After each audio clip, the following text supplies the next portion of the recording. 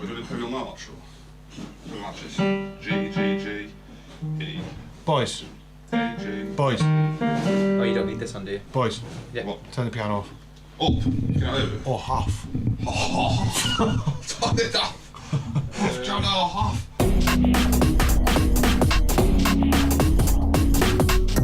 Alright, let's start then. Right, boys.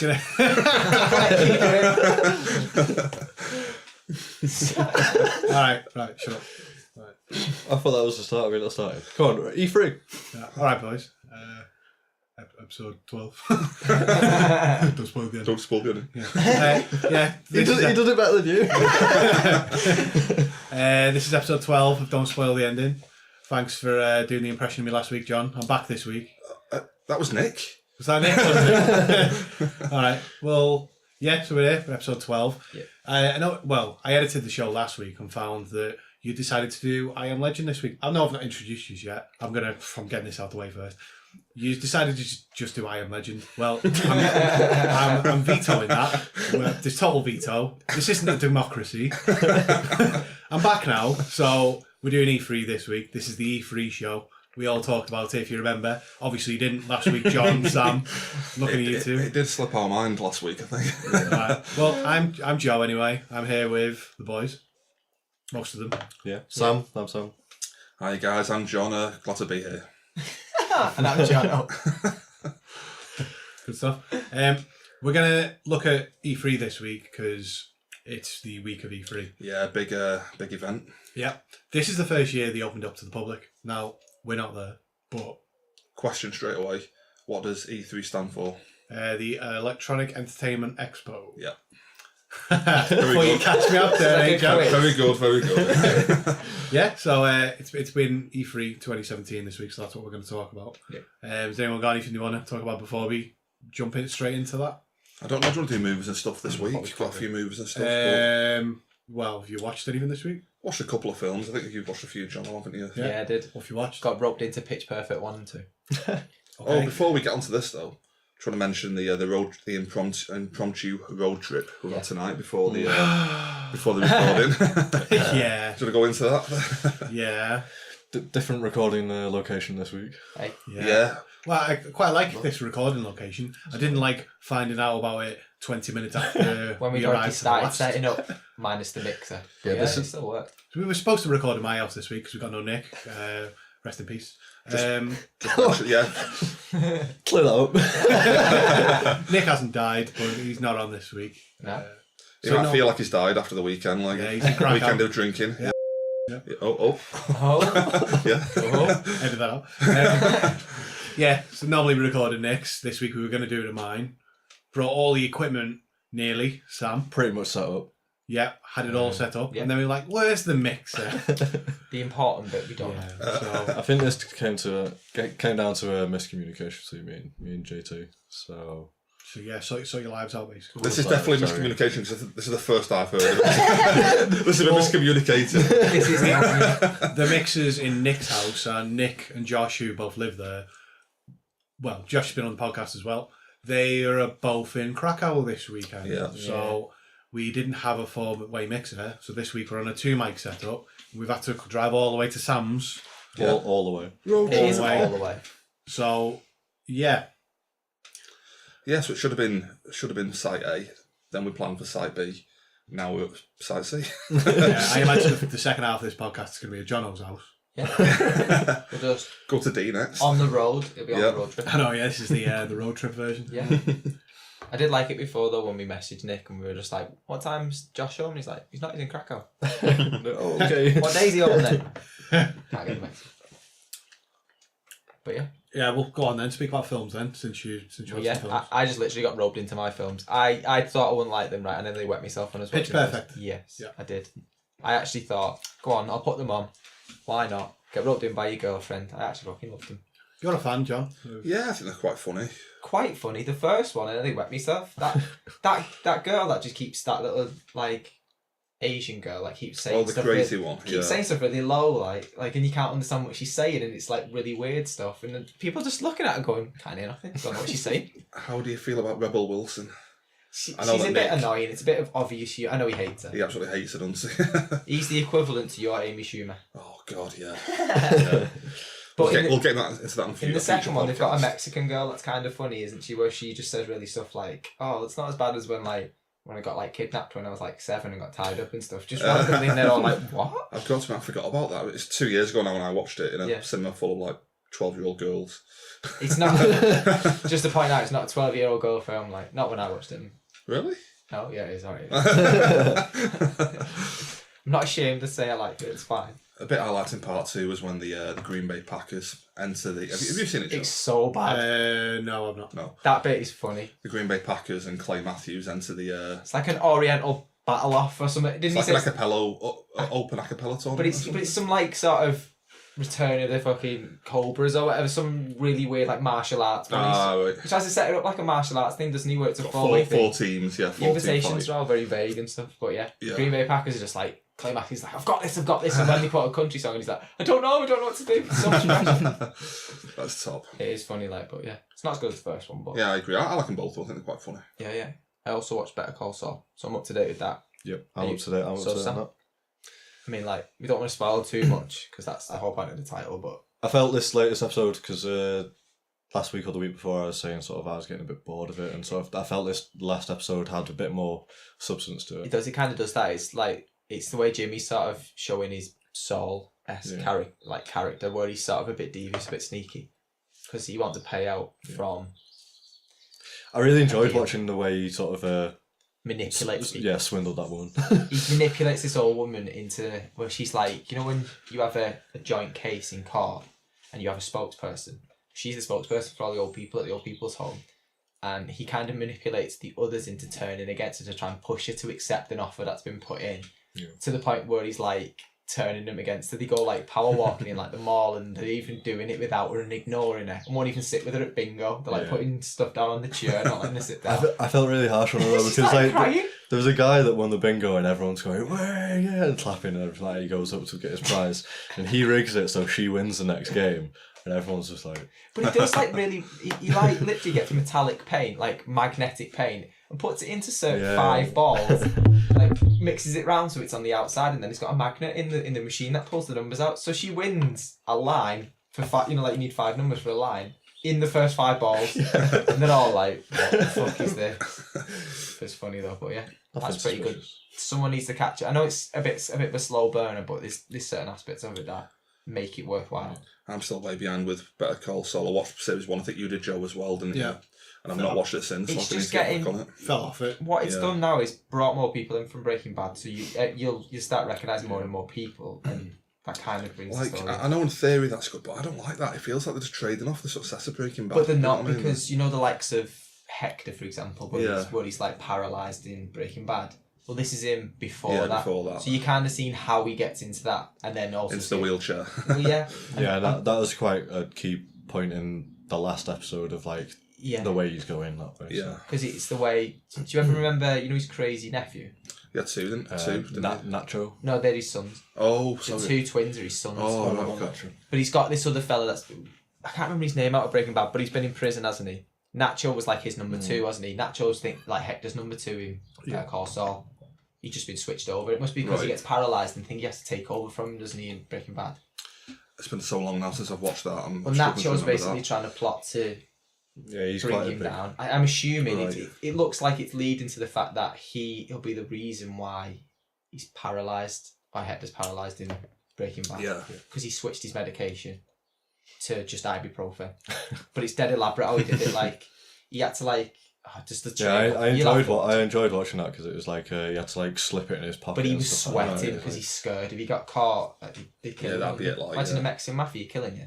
Fuck that off. Well, it's because Don Hector always wore his jacket, so he stabbed like the AC, so it's He- hot in the yeah, he room broke that they it. usually were in, and he's like the first time you ever see him with the jacket off, it's like It's like 40 degrees fine. outside and he wears a Yeah. jacket. So, but yeah, he has to do this thing where he practices trying to have the bottle in his hand and throw in it. yeah. And it lands in the That's pocket. cool. Right. But in the tests, he never got it in. It kept hitting the floor.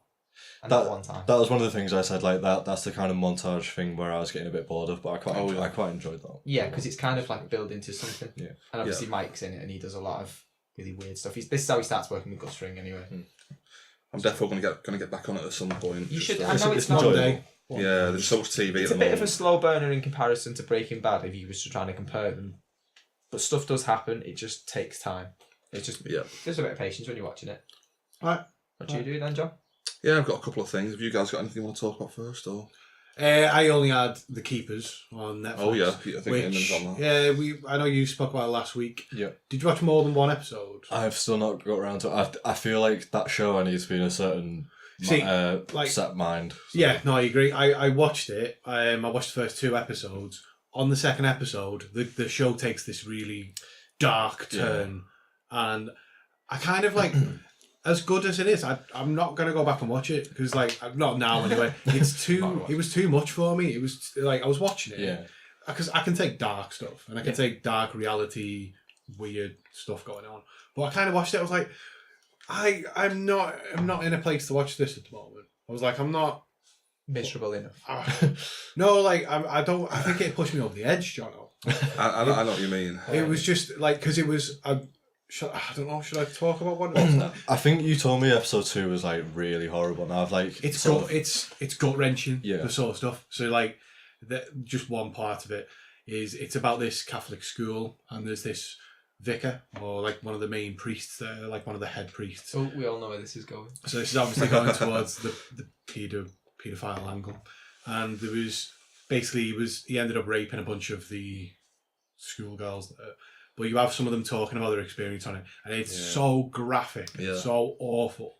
So like, one of the girls on it was saying that the tannoy would come on and he'd say, "Can such and such please come to my office?" And all the girls would look at the girl who would get called with these sad eyes. Is this a documentary? Real documentary. This happened in the 60s about the show's about this murdered nun, probably because she knew too much. But it was the one of the bits was where the tannoy will come on and they'll say, "Can such and such come to my office?"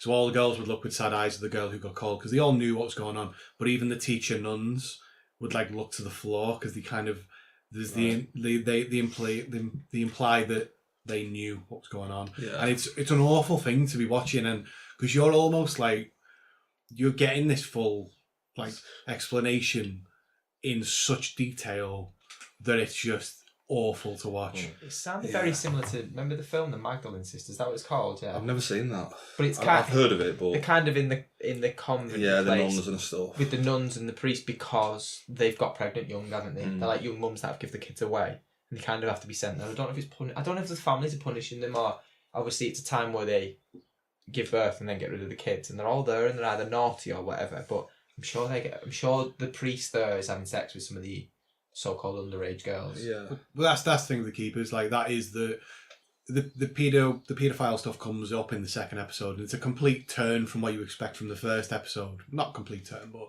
they don't mention any of that in episode 1, and then episode 2 they just drop it on you, and it starts turning out to be this epidemic in this school. So it's not just one person; it's a bunch of like girls. It's awful.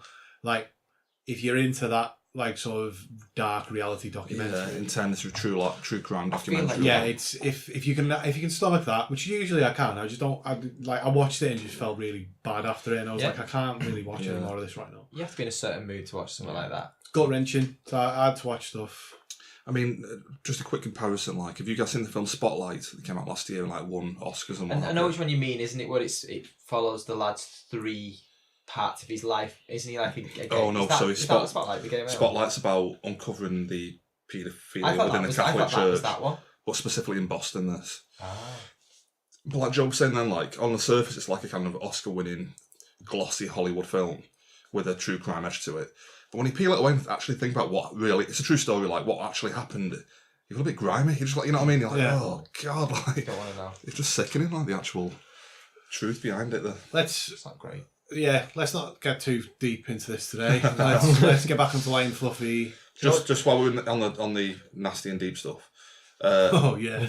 Well, no, I watched something as well that was like literally the same as this, but it was a Louis Theroux documentary about like in LA where he was following people who were I think it's called a 290 or a 291, which is like basically you're on a sex offenders register. Well, I think me and Joe spoke about this, maybe in the past. It was the LA Stories one. It was on the other day. Yeah, I watched it. Yeah. and that is pretty. It literally follows this, but it's like It's fascinating. It's fascinating because you can end up on this register for a wide variety of things, and some people believe they shouldn't be on it compared to others. And that's what I got. I watched like about 10 minutes of it, and it was sort of like that. I think they went to see some woman, and it was she had sex with a 15-year-old. Yeah, I think she was a teacher. Brings up a lot of moral questions, that particular one, if you want to carry on. Well, I just put it in, but just finish off what you were saying.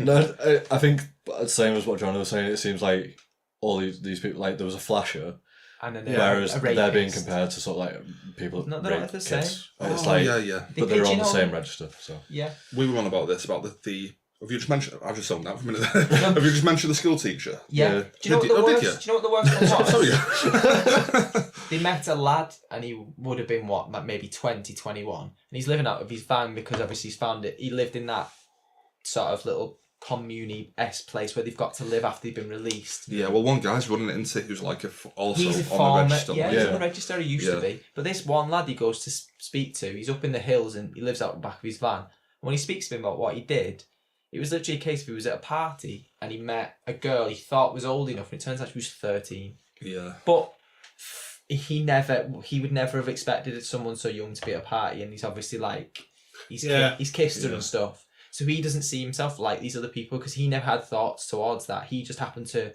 hook up with a girl that turned out to be 13 and ended up on this register, disowned by his family, and now he either lives in that sort of Toretto, whatever it's called, like home, or lives in the back of his van. Yeah. But he can't go anywhere. He can't go near parks. Because they think he's going to do it. It's worth watching that documentary. It is because good, yeah. I feel like he was a little bit. He's been caught on the words. It's a bit different to knowingly going out and doing something, but yet he's on this same register, and I don't feel that fair. Can I just make a quick aside on that as well? To Catch a Predator. Chris Hansen. Yeah, Chris Hansen. Do you want to take a seat? Take a seat right over there. There's the guys always like, oh, well, Chris, I don't really know what I was doing. I mean, that show, obviously, they're trying to catch like 40, 50-year-old like predators. But there's a couple of episodes where like 19-year-old guys getting trapped in that, like, where they 17-year-old girl. Exactly, they think they're meeting like a 17-year-old girl. And like, because in the US that's still illegal. You know, they come under the same banner as like Billy Bob who's 50, like meeting a 12-year-old. You know what I mean? They're so close in age. I wouldn't even see it as being what it is. I don't think there's anything particularly wrong with that, like. But I don't. I best be. No, I'm not saying that. I'm on dodgy ground here. don't edit out. It's just literally 18 or 19-year-old male females then going out with someone who's just under the age limit in America. They're being caught out by a year, kind of thing. You know what I mean? That's not the same to me. Yeah, we don't talk about that. Let's move on. Have you watched any other films this week? Yeah, a couple of quick things. Be really quick on this. The Leftovers. Yeah. Still watching that. I'm at the end of series 2 now. It's still amazing. It keeps on throwing up like great scenarios within the show. I've mentioned before how like it's all based around one big event where people just like so many million people just vanished overnight, and people think it was the. What do you call it? Not the Exodus. Apocalypse. No, when you get called up to heaven. When you float up to the sky. Yeah. Oh, God. What is the name? Rapture. The Rapture. That's it. People think it's the Rapture. And in series 2, towards the end, another small group of people have just gone missing, and people are like, oh, shit, it's happening again. But, you know, it raises questions like, has it actually happened again? Or were people just abusing this kind of, you know, like, this system now? You know what I mean? Stuff like that. Like, it's really interesting. Like, I'm definitely getting on it. I think you'd love it. Like, yeah, it's not for everyone, but it just has all these really weird moral choices that like arise from, you know, what's happened kind of thing. Yeah, I like the sound of it. And like people are saying, series 3 just finished in the US. People are saying it's one of the best shows ever. You know, stuff like that. Like, which is crazy kind of thing. But yeah, it's great. I'm loving that. Oh, yeah. Nearly finished it.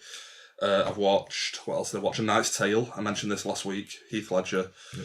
Not got too much to say about it. I think it's a great film. I don't know. I love it. Like, it's obviously, it's very tongue in cheek all the way through. With sort of, you have Queen sort of playing in the background for one of the jousts, and it's like. Well, that's interesting. I mean, my memory of it was when it came out. I watched it a few times, and my memory was, it's got modern music all the way through it. But when you watch it again, Queen's on at the very start.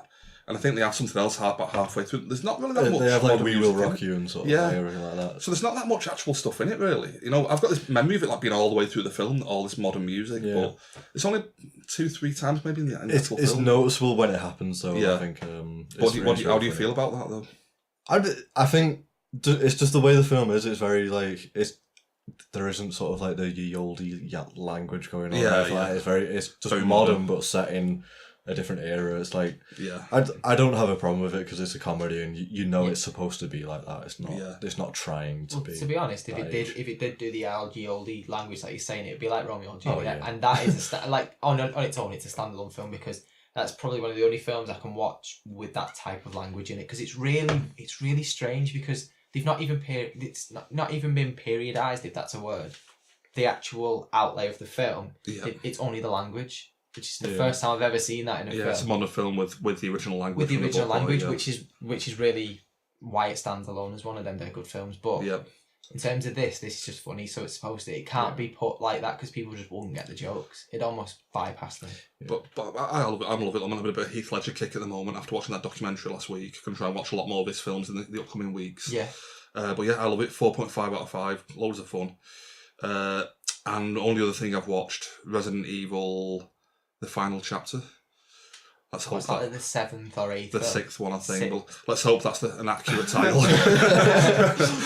But I mean, these films get slammed. Everyone hates them, but I'm okay with them. They're not, they're not good. They're definitely not good, but you can get enjoyment out of them if you're in a certain frame of mind. They're literally the same sort of level as like the Mortal Kombat's. They're one of them where well, no, you see, I don't think I like Mortal Kombat. Are we talking films? I'm talking in terms of films because I think if you go on the basis where the general consensus is it's a 1 or 2 star film at best, but for some reason I kind of like it. I don't know what it is. But saying that, I forgot it's Paul W.S. Anderson who directed Mortal Kombat and all the Resident Evil films. Well, 4 of them or something, but I quite like them. Like people hated the 5th one.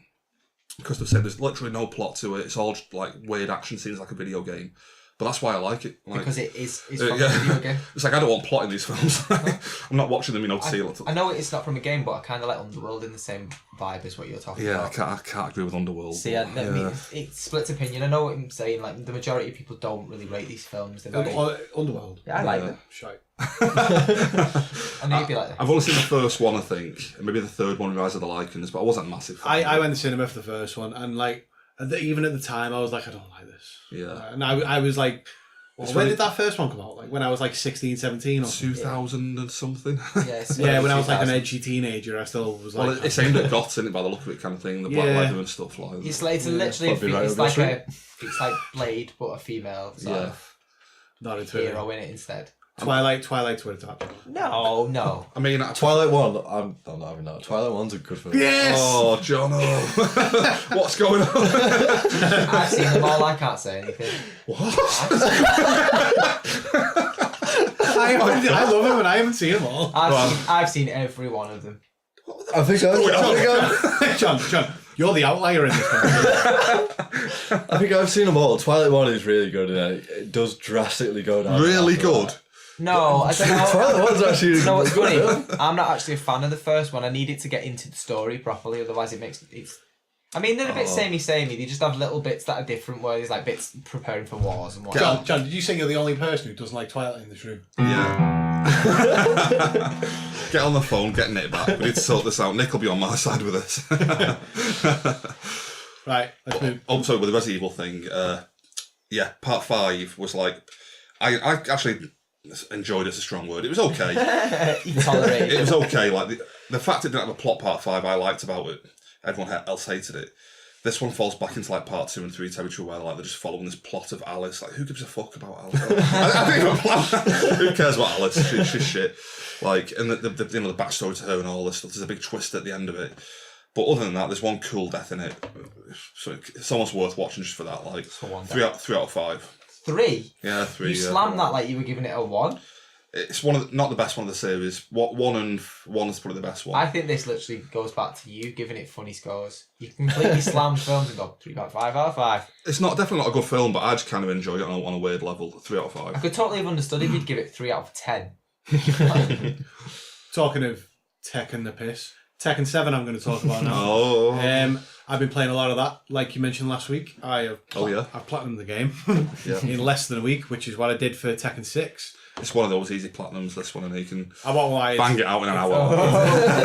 It is an easy platinum. I like Tekken. Tekken was great. Well, it is great. I'll keep playing it. John, I am going to call you out on this though. Yeah. We've said, I've asked you multiple times now whether you want to have a fight on Tekken. I'm not denying that. Well, yeah. So I've decided to put together some evidence for this. I'm just really busy, Joe. I'm a busy man. Yeah, I'm just gonna read to you. I've got 4 little conversations here. That I'm just gonna read to you, John. You wrote, need to sort the connection stuff. Fights just stop halfway through. And I said, invite fights work. 1v1 me. Your response was, can't at the mo, dude. Going bed in a sec. This game's unplayable online. Okay, right. So that's one. That's one that jumped. That was at 7 o'clock in the evening. Here's another one. I said, Tekken later, John. £10 I win first game. And John goes, I have acquired Tekken. I'm afraid gambling is against my religion. Okay. We were watching the England, I think it was England-Scotland or it was England-France, one of those 2 games recently. Oh, yeah. I messaged JT, Tekken at half-time. The response was, soz dude, just doing some housework at the mo. Yeah. So I replied, Jesus Christ. John replied, defo for some Tekken this weekend though. Or tomorrow night maybe. So I replied with the long nose emoticon. And the next night, you said defo tomorrow's night. And we didn't have a fight the next night. Working late. Not finished, John. I've got another one here. Couldn't play Tekken last night. Went to bed at 6 p.m. Shocked emoticon. Slept right through until now. This was at 7 in the morning. 13 hours of sleep. I was really tired that day. So you're either asleep doing housework or your internet's not working properly. So I'm just calling you out on that. What's going on and why are you being a pussy? I'm a busy man, Joe. I've got housework to do. I've got to sleep. I can't play because of my religion. So His religion means he sleeps 13 hours a day. Are you in like the sleepy religion where you just sleep all day and just do housework? I like what is going on. No, I'm well up for a game of Tekken. It still fucking sounds like it, John. Have they fixed the online yet? Is my question. The online is fine. Even like there was a way the online invite fight still worked when you used that excuse. Yeah, so that's one excuse blown out. The other one, when you were like, "Oh, I've got to go. I'm going to bed soon." It was like 9 p.m. Nobody goes to bed at 9 p.m. John. I've been really tired. You're like, recently. "Oh yeah, it's against me religion." You're not religious. Well, I don't know if you're religious, but you quite have to What gamble. religion is that that's against gambling? I was at church.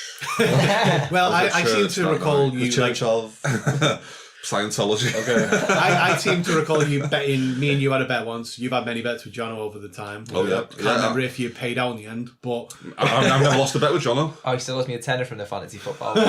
You owe me for the Champions League final. so Atletico. So you still owe me a £5? You 300. Inman, that wasn't a tenner, was it? Yeah, you're still in the hole for £5.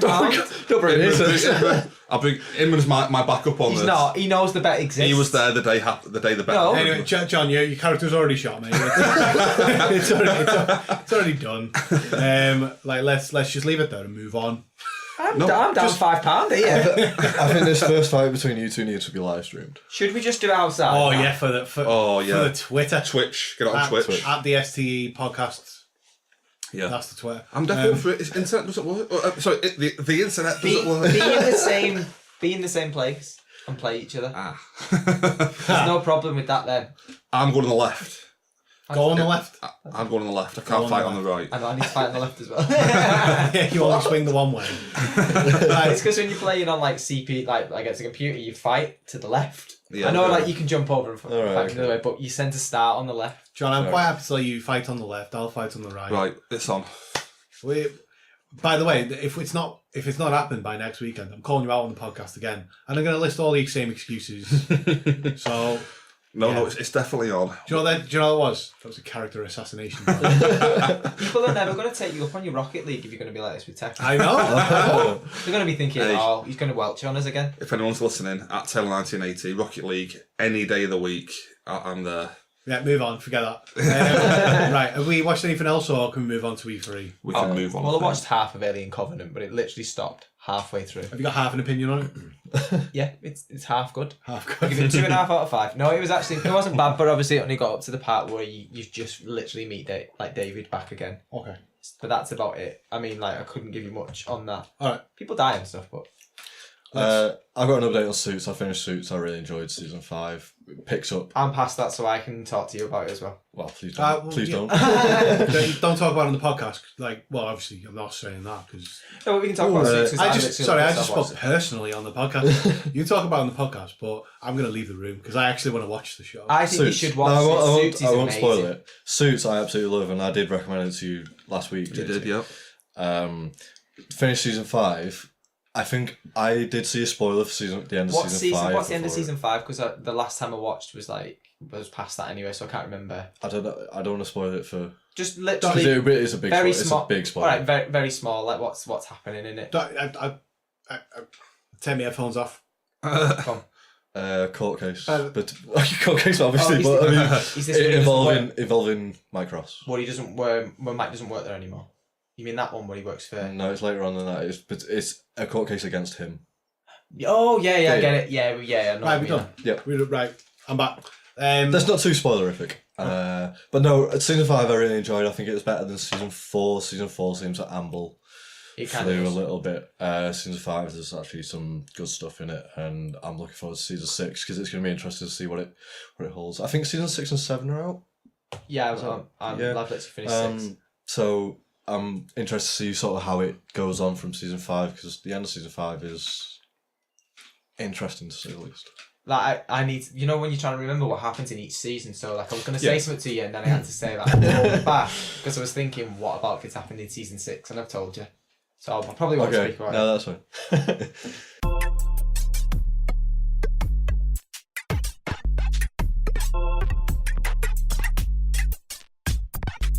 E3. This was the first one this year, open to the public. It's like, I think it's in its 23rd or 24th year now, E3. Is that official, the first one open to the public? This is the first one open to the public. Up until this time, it's only been people in the biz. So it's been media likes, it's been, is that word? Media likes? Media people. Yeah. It's been designers, publishers, all, you have to be in the business. So it's the first one open to the public, which I've read mixed reviews of because people think they're going to go to all these conferences and see all these cool moments, but the conferences, you buy a ticket for E3, you don't get into the conferences. Yeah. You got to. It's still for the media. It's not that type of show. E3 got scaled back a few years ago to be this smaller show, and now whilst it's still a big show, it's not the massive thing it was a few years ago. It's kind of like buying a ticket for like England v Sweden at Wembley. And thinking you'll get a chat with Gareth Southgate after the match. You won't get that. You'll watch the game, but yeah. So, yeah, I've watched pretty much all the conferences except for Ubisoft, where I've got notes on, but I've not actually watched the Ubisoft conference yet. Oh, right, okay. We are recording on a Friday, so yeah, it's still going on, isn't it? It's still going on. There's no excuse because the Ubisoft conference was days ago. Oh, okay. I've watched hours and hours of other conferences. EA. So I'm not sure how much of you guys are up to speed on all this, but to bring you up to speed, Need for Speed. Oh, the new one. Yeah. They at EA, they announced the new Need for Speed Payback. Now, this looks like Fast and Furious, the game. To be fair, they all do though. This one does look stunning though. Like it looks incredible. Yeah, John? I love the Need for Speed games. Criterion used to do Burnout. Yes. They do all the Need for Speed now. Well, this is it. I was going to mention that on the actual gameplay video they showed, there's a lot of takedowns similar to Burnout. But the favourite Burnout, that is. Burnout 3 takedown. Just like it. Are you right, Tom? I'm glad we're doing it this at Sam's house. He's glad. So, yeah, were you saying, sorry, can I just try and decipher what you were trying to say there? I think you were saying burp out, but you're trying to say Burnout Takedown was your favourite. Yeah, Burnout 3. That's what I said. Yeah, Burnout 3, yeah. That was good. We'll go back on the tapes on that. Yeah, so there's a lot of takedowns in the new Need for Speed game. The gameplay footage they showed was quite like I said, Fast and Furious, where you were driving a Mustang, looked great. Yeah. The graphics are amazing on it. You were chasing after a lorry, and you have to drive along the side of the lorry. Eventually, the lorry blows up, and this cool sports car flies out the back of the lorry whilst it's driving at speed. With Vin Diesel in the driver's seat. No, it was a lady, so it wasn't. Oh, Michelle Rodriguez. Yeah. But it looked great. It looked like a really good game. But I've said though, like the Need for Speed games have been amazing for years now. The last one, which is called Need for Speed, that was great. That was about like infiltrating a gang of underground street racers. Nothing like Fast and Furious. Don't know where they got that idea from. Yeah. The one before that, Need for Speed Rivals, that was amazing. Like just a whole online racing game, a bit like Burnout Paradise. Yeah. Really good. So like this one, I'm dying for it. I'll definitely buy this one. I can't remember which Need for Speed it was, but I remember playing one when I was a lot younger. One, you'd have a split screen, so you'd be sat on the couch. Play one would be a police car. Play two would be a sports car. Yeah. That was great fun because the aim of the game was to have the police car cash. There was Need for Speed Hot Pursuit, which I think is the one you're Was that talking the one? about. That's the game I had. That was one of like the PS1 or PS2? PS2, I think. Well, I had a PS4 one, and it was like it was the same. PS1. You could either be police or you could be the other car. Well, the Hot Pursuit, I think, was PlayStation 1 maybe, but they remade it in 2010 for PS3, which was called Hot Pursuit again. I had one for PS4, so I actually don't know what it is. That's Rivals, that one, Rivals? where the police are in it, yeah. I actually didn't like it. Oh, I love Rivals. like from the gameplay of the new game, like from the graphics, I was quite took aback by them. Like, Yeah. It was a great looking game. What I would say is that they will have to try and get the gameplay and cutscene ratio proper, like because when you're driving, it will enter a cutscene in certain parts, and you have to. It takes a lot of skill to get that cutscene gameplay right. It takes a lot of effort to get that right. It won't be an issue. Like in the last one, just called Need for Speed, the whole game was like FMV video, and you literally cut from you racing to like pulling up at a diner and just going to talk to your crew in the diner and stuff. They'd handle it perfectly. While you're driving, you take phone calls and stuff on your joypad. Like, Yeah, it's great. it sounds good. Yeah. Other stuff in EA's conference, NFL. Jono, you're both a fan of the NFL games. Yeah.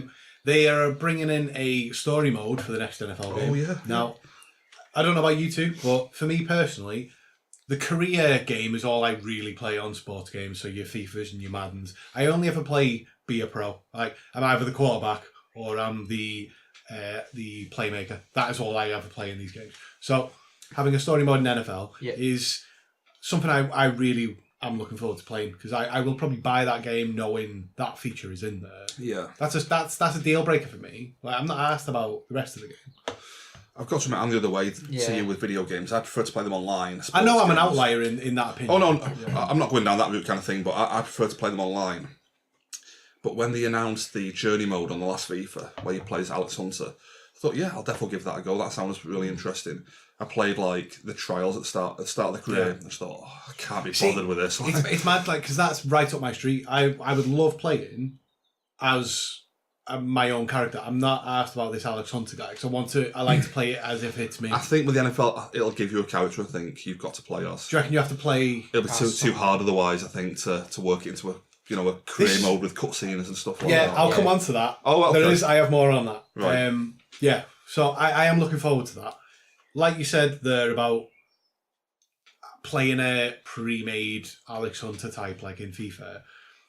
The new NBA game got announced, which is an EA game, but obviously they do the 2K games. So say NBA Live. Slightly better. It's EA, isn't it? Yeah. So this is the new NBA Live. There's been loads of trouble with NBA Live over the years. Yeah, it literally like 4 years ago was broken. Like they released the game and it just didn't even work. Like on a PlayStation Network, it was like about 6 months ago, something like that. They released NBA 2K16 for free, which was for me that was great. I got it, but it was still you were playing in it. It was still downloading aspects of the game. It was saying it was complete, but it kept standing up. You couldn't do certain parts of the game. You'd start playing a game and you'd realise that there was so much still left to download, but you thought it'd finished because you were able to play the bloody thing. So. That's what they do these days. They download like a little bit and then you have to download the rest of it. So, but they started downloading it, but it was letting me play, but certain aspects were missing, and I was like, I'd rather just not play it. Yeah, Tekken was the same. Like Tekken would load up, but you couldn't play. John, we're not interested in your Tekken excuses. Like Tekken bashing. I bring up that because obviously NFL have got this new, like I said, NFL have got this new story mode. NBA 2K16 had a story mode written by Spike Lee. Right. Oh, so he becomes Spider-Man. No, so Spider-Man basketball.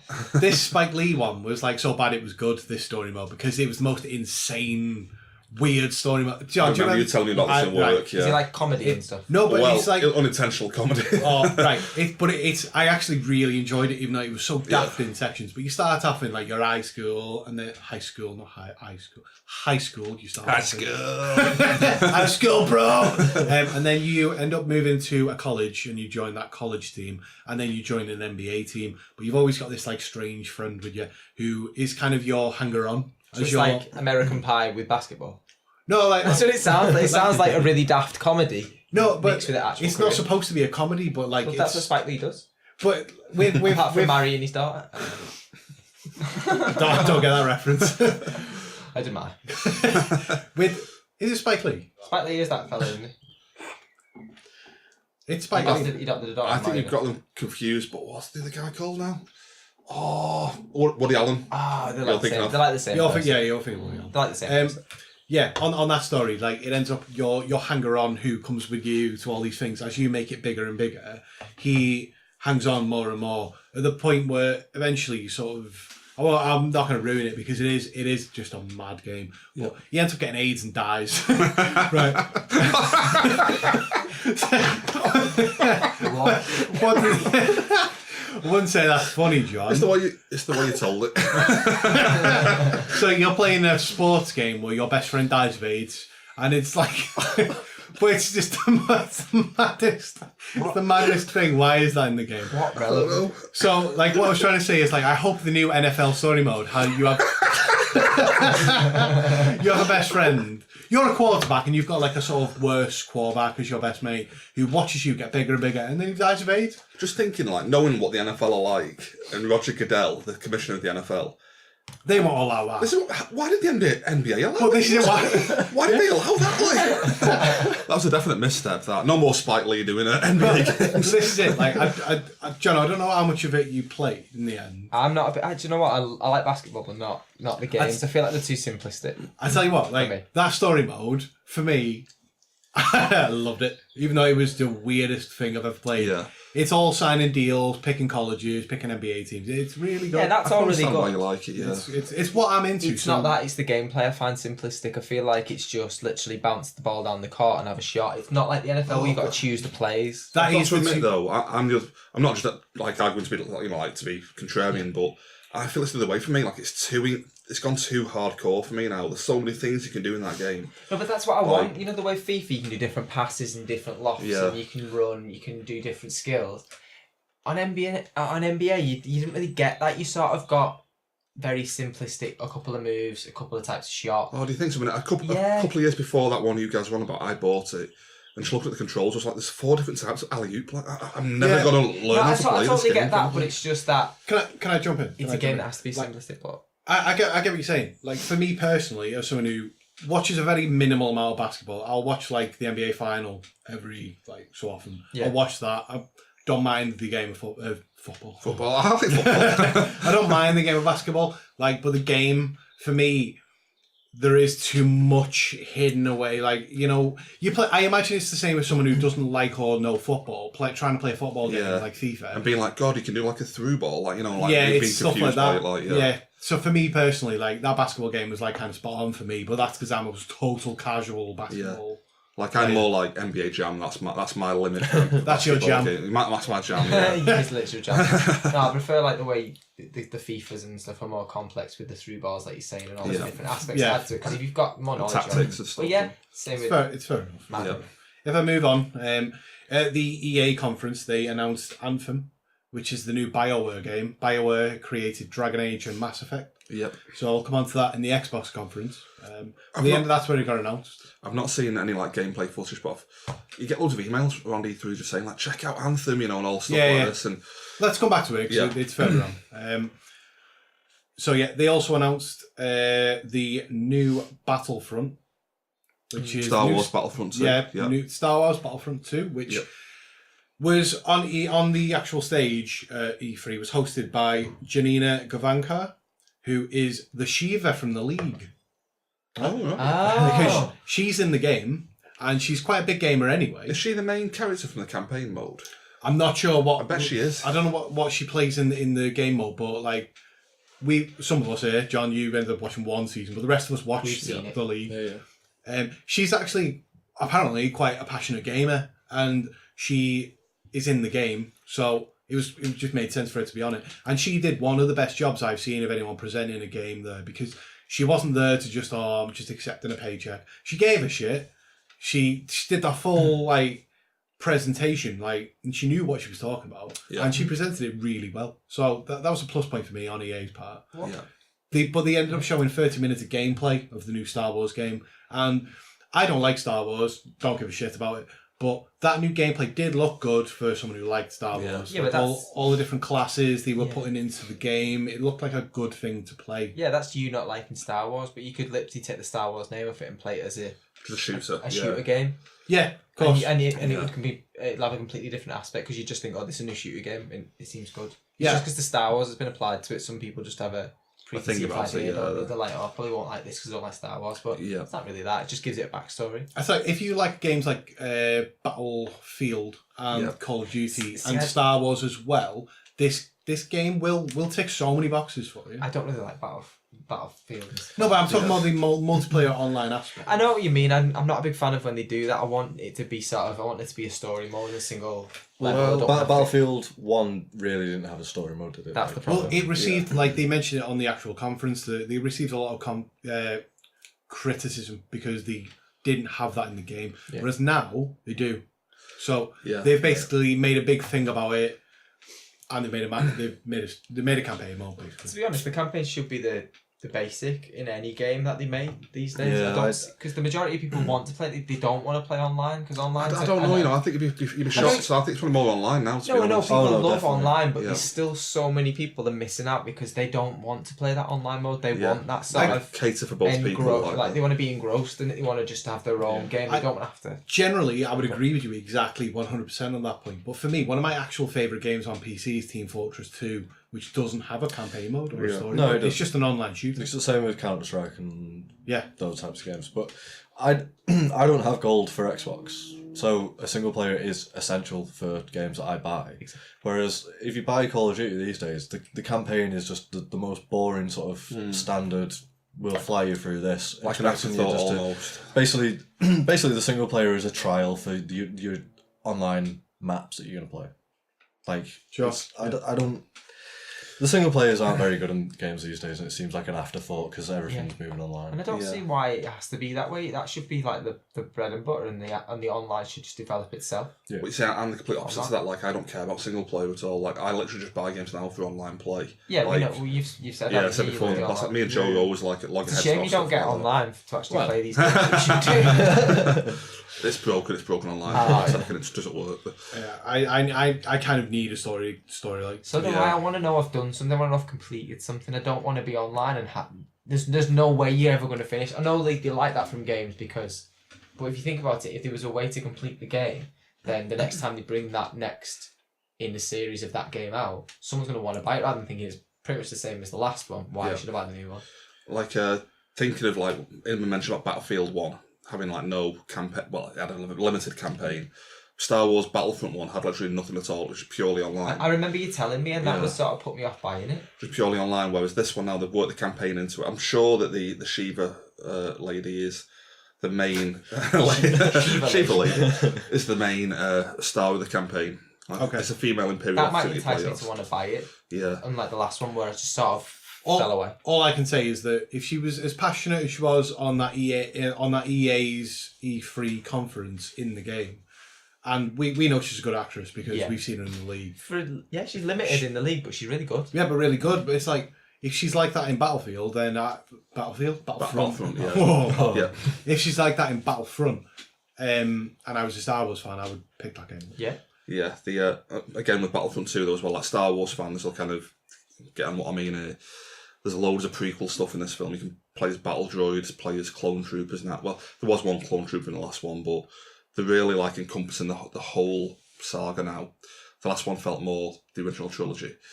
You can play as Darth Maul in this one, they really going to town. You can virtually do anything from the Star Wars universe. The original trilogy though doesn't apply to some of the modern day. They don't know of the old ones, do they? The new ones were the ones anywhere from sort of 20 down Yeah, to the kids. younger people. Like, They're going to want to see the newer films, the people they recognise. They don't want to go back and go, that old film that we had to watch to complete a series, that one that we don't really like. Yeah. Even though they're the better ones, we know they are, but... So like I say, they're accommodating them with all the prequel stuff. Well, they're the majority of the market, aren't they? The kids these days that are buying these games want what they know. So I can't wait to play as a battle droid. Exactly. Roger. Alright. One of the other games they showed off was A Way Out. Have any of you heard of this? Not at all, no. No? Well, Sam, I spoke to you earlier about this. Did you end up watching the trailer? Or should I Is that the zombie apocalypse? No, that was the other one. Yeah. Right. A Way Out is basically it's a game that can only work with 2 players, right? Oh God, that's I have heard about with this. no friends. I'm sure we were on about it in work, maybe. Right. So I watched the trailer and they did a little sort of explanation. So it's the prison game, isn't it? It's the prison game. game. So it's basically a Prison Break style game. Yeah. But you can't play it single player. It's a 2-player game. Now you can play it online with someone else, which would be awful when I explain to you what the game is. Yeah. You need to sit on a couch with someone and sit there and play it with them. That's what they presented it as. They said this is how you should play this game. Couch co-op.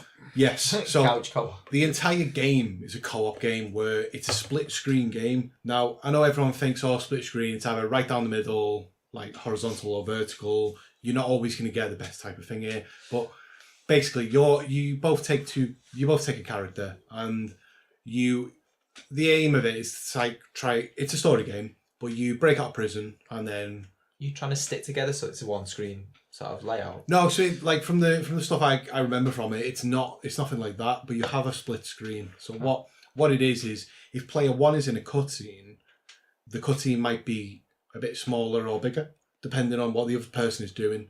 So if the other person, they showed a shot where one of them's already in prison, like I think it's player 2, but player 1 comes in and they're getting the whole inspection to go into the prison. But whilst player 1 is doing that, they're obviously in the middle of the cutscene, and player 2 has the freedom to walk around the top balcony or corridor. What would you call it? What do you call that? Floor. Is it just floor? Yeah.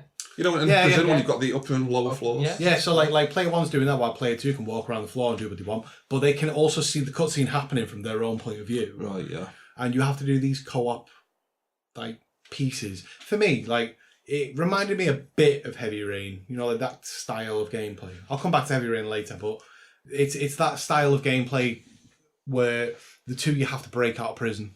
Yeah. But that's been really well received, really highly rated as a trailer, because it looks like something new, something different, something that is going to get people's imagination going with it. It just looks like it'll be a good game. Yeah. So it's worth checking out. I'd be well up for that. Sounds good. Yeah. I'm going to move on to the Bethesda conference. I've picked a few things out there. There was a few bits. I watched it, and as a fan of Bethesda, I was like... Bethesda, the Fallout guys. Bethesda do Fallout, Skyrim, Dishonored. Yeah. They're the games. So they showed the Dishonored, basically, the new one, which looks incredible. But for me personally, I've never played Dishonored other than the first one that I bought a game a year of, but I didn't really get into it. But I respect what that game is doing. It looked incredible and the stuff it was doing. But I was like, this probably isn't for me personally. Really? I believe it's a bit like Assassin's Creed, that kind of thing. I've got part 1 on PS3 through PlayStation Plus, and I bought it on the PS4 when it was on offer for £7 a few weeks ago. Not played it yet, but What they showed trying to play it. What they showed at E3 was great. It looked really good. Is that part 3, the new one? I think it will be. Yeah, I can't recall exactly. 2 came out last year or something. Yeah, Dishonored 2's out. Yeah. I can't remember if it was DLC or not. Right, okay. Yeah, this is, so I don't know. Look it up. Listeners, look that up. Google it. Google that. So they also released, or announced, they didn't release it, Fallout VR.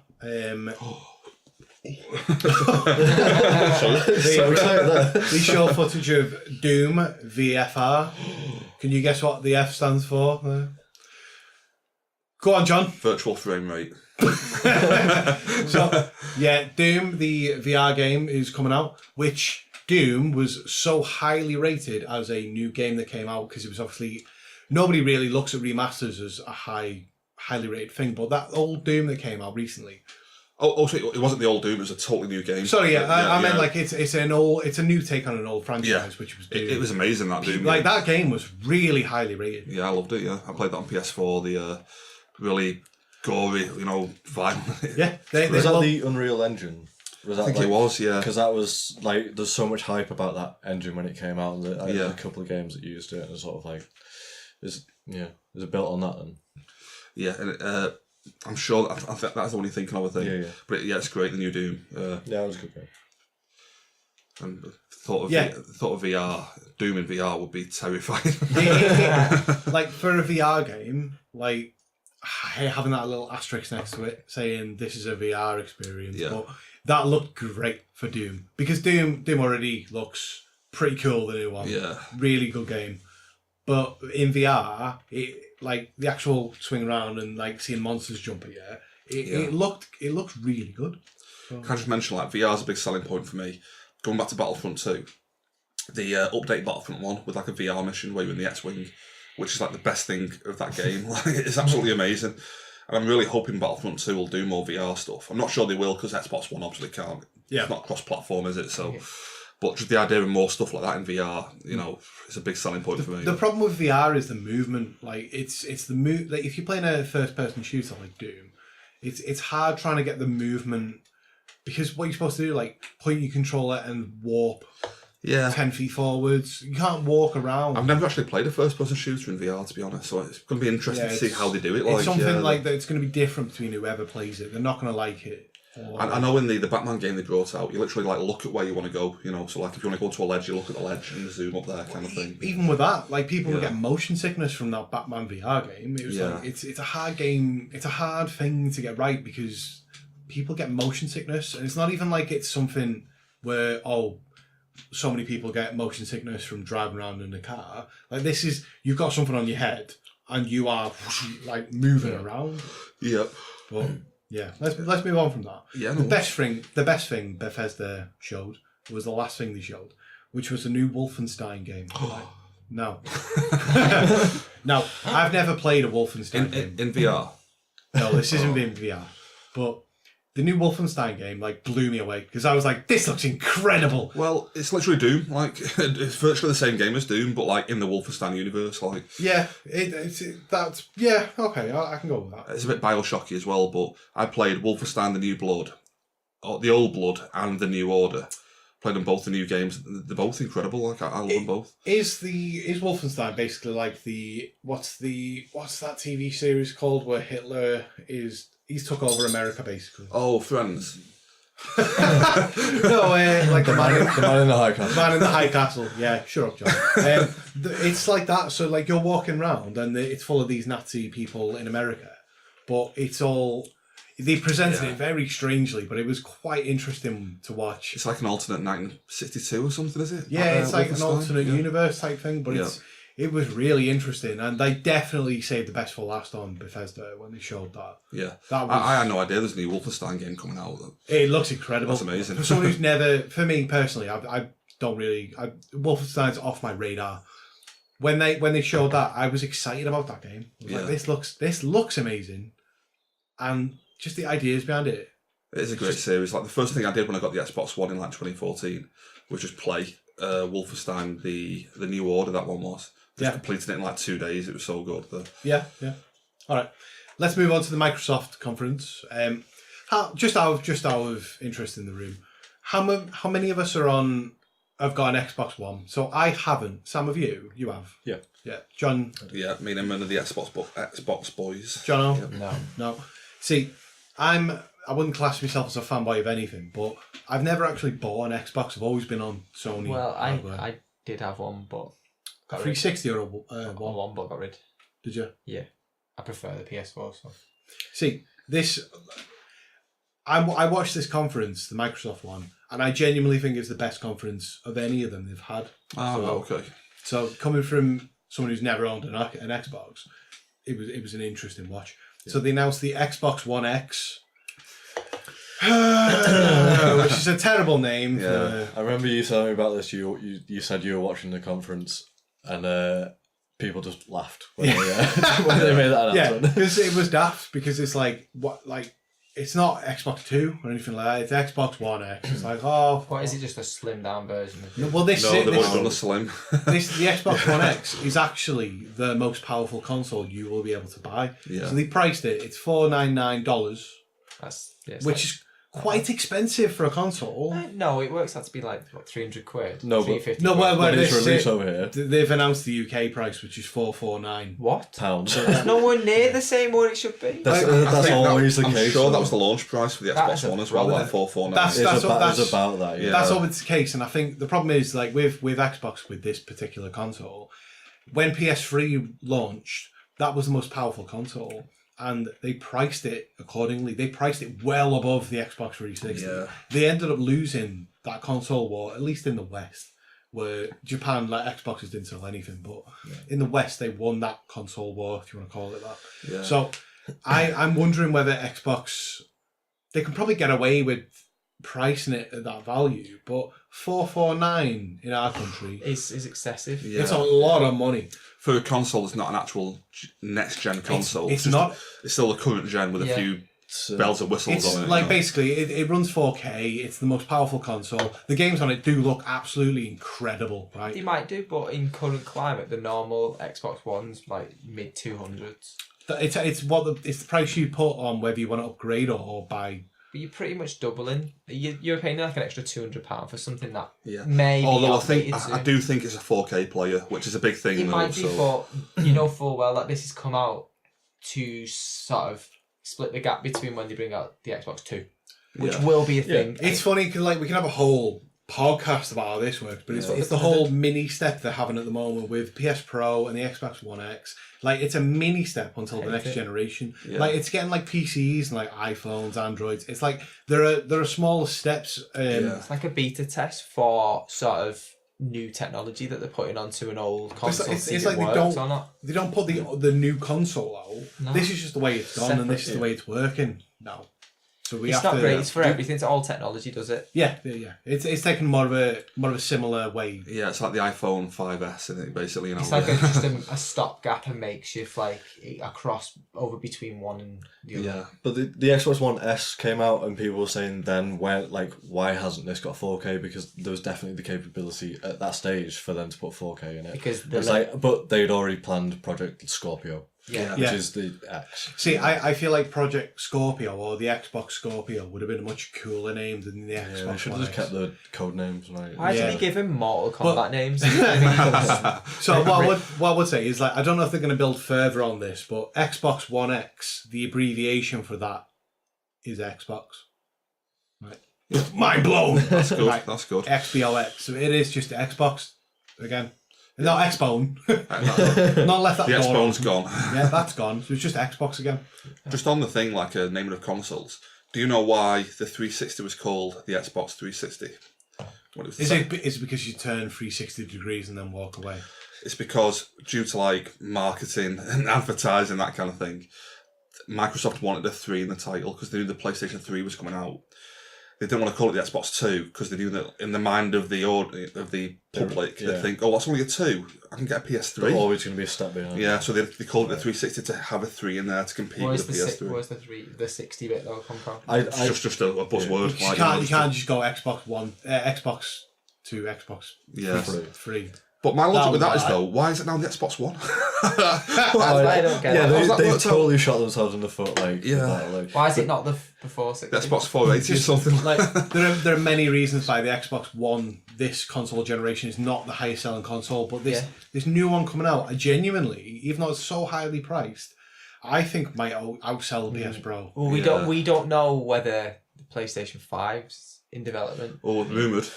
I've seen pictures of what it could potentially look Before we move on to the next gen, we don't know. I'm just going to say like these slight increments of consoles, they hamper the developers, and developers don't like it because they have to develop for a slightly new system. Whereas when the Xbox 360 came out, I know there were slight variations on that, but they were saying sort of like by the end of the 360 cycle, they were developing much better games because they had the experience of developing for that system. Yeah. So doing these bigger increments, little like increments. makeshift. It is hampering games. I'd make the point that we are nowhere near a PS5 or an Xbox 720 or whatever. Like we're nowhere near that. I think we are.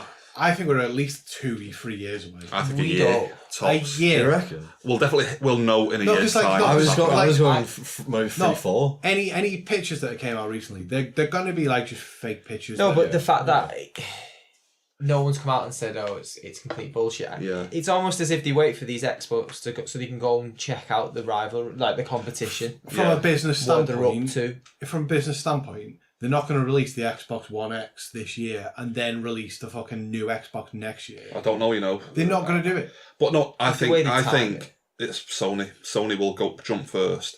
I'll do a pod bet with you. In a year's time, Yes, you're we'll Five know release. when. Go on. In a year's time from today, we'll know when the PS5 is releasing confirmed. As a confirmed release They'll date. confirm the Well, no. release date. I'm not going to bet against that because they might announce a release date for like 2020. They wouldn't do that. It'd be within a year, Yeah. 18 months tops. Do you want to keep the hype because you want I think there's within a year. pre-orders? You can't Yeah. pre-order too far in advance. Yeah. I think by fall 20... What year are we in? 2017? 2018. By fall 2018, we'll have a PS5, I think. All right. Well, I'm gonna move on. I'm gutted. I don't want them to be a PS5. Well, they've announced that the new Xbox One X is going to have backwards compatibility with the original Xbox. All of them should have had that, Oh. to be honest. So, backwards compatibility, they did a study, and nobody really gives a shit about backwards compatibility. Well, no, but this is it. Nobody ever uses I it. kind of do like. No, but nobody ever. You give a shit. Yeah. I give a shit about it, but you will never use it. I do. I play loads of 360 games now on my Xbox One. Like, you're a liar, John. I think a lot of Before we people. came in tonight, I was playing like Lego Star Wars. I think a lot of people say they want the backwards compatibility just in case, but No, they I won't want- actually go You back. I said want it because it. you wanted Yeah, I to play do. retro gaming and you were doing your PlayStation 2s and stuff. Yeah, Imagine yeah. if they backwards capability. So you Yeah. didn't have to find John, another console, you just had a game. I want it. So do I want it, but I'm saying that there have been studies about it. Sorry. Yeah, I want Sorry, to. John, I'm just going to commentate. You've opened your can of beer there, and it's wet Apologies. everywhere. Like, that's the thing. They did research on this. Like, people generally don't give a shit about backwards compatibility. Now, all four of us are like, oh yeah, backwards compatibility. But like, we'll actually get to it, and like, you'll spend like 5% of your time on backwards compatibility. We're retro gamers, aren't we? I like stuff like that. So I'd put money on it that all of us, if we put our time together, even if there was backwards compatibility, you'd spend 5% of your time. You'd be shocked with mine. Like I play Forza Horizon 1 load still, like through backwards Yeah, compatibility. but you were nearly born in the 70s, John. You did just miss out. I want to go back and play Burnout 3. I'll play Burnout 2. Burnout 2 is my favourite Burnout. Right, Is let's that Point of let's Impact part 2? Yeah. So move on. They announced a new Forza 7. So obviously, when you announce a console with such high specs and looks great, a Forza game, you need to show that off. So that game looked insane. Like the cars looked like. I know people said this about like Gran Turismo 3 when that came out, like, ages ago, but this looked amazing. They struck a deal with Porsche. Is it Porsche or Porsche? Porsche.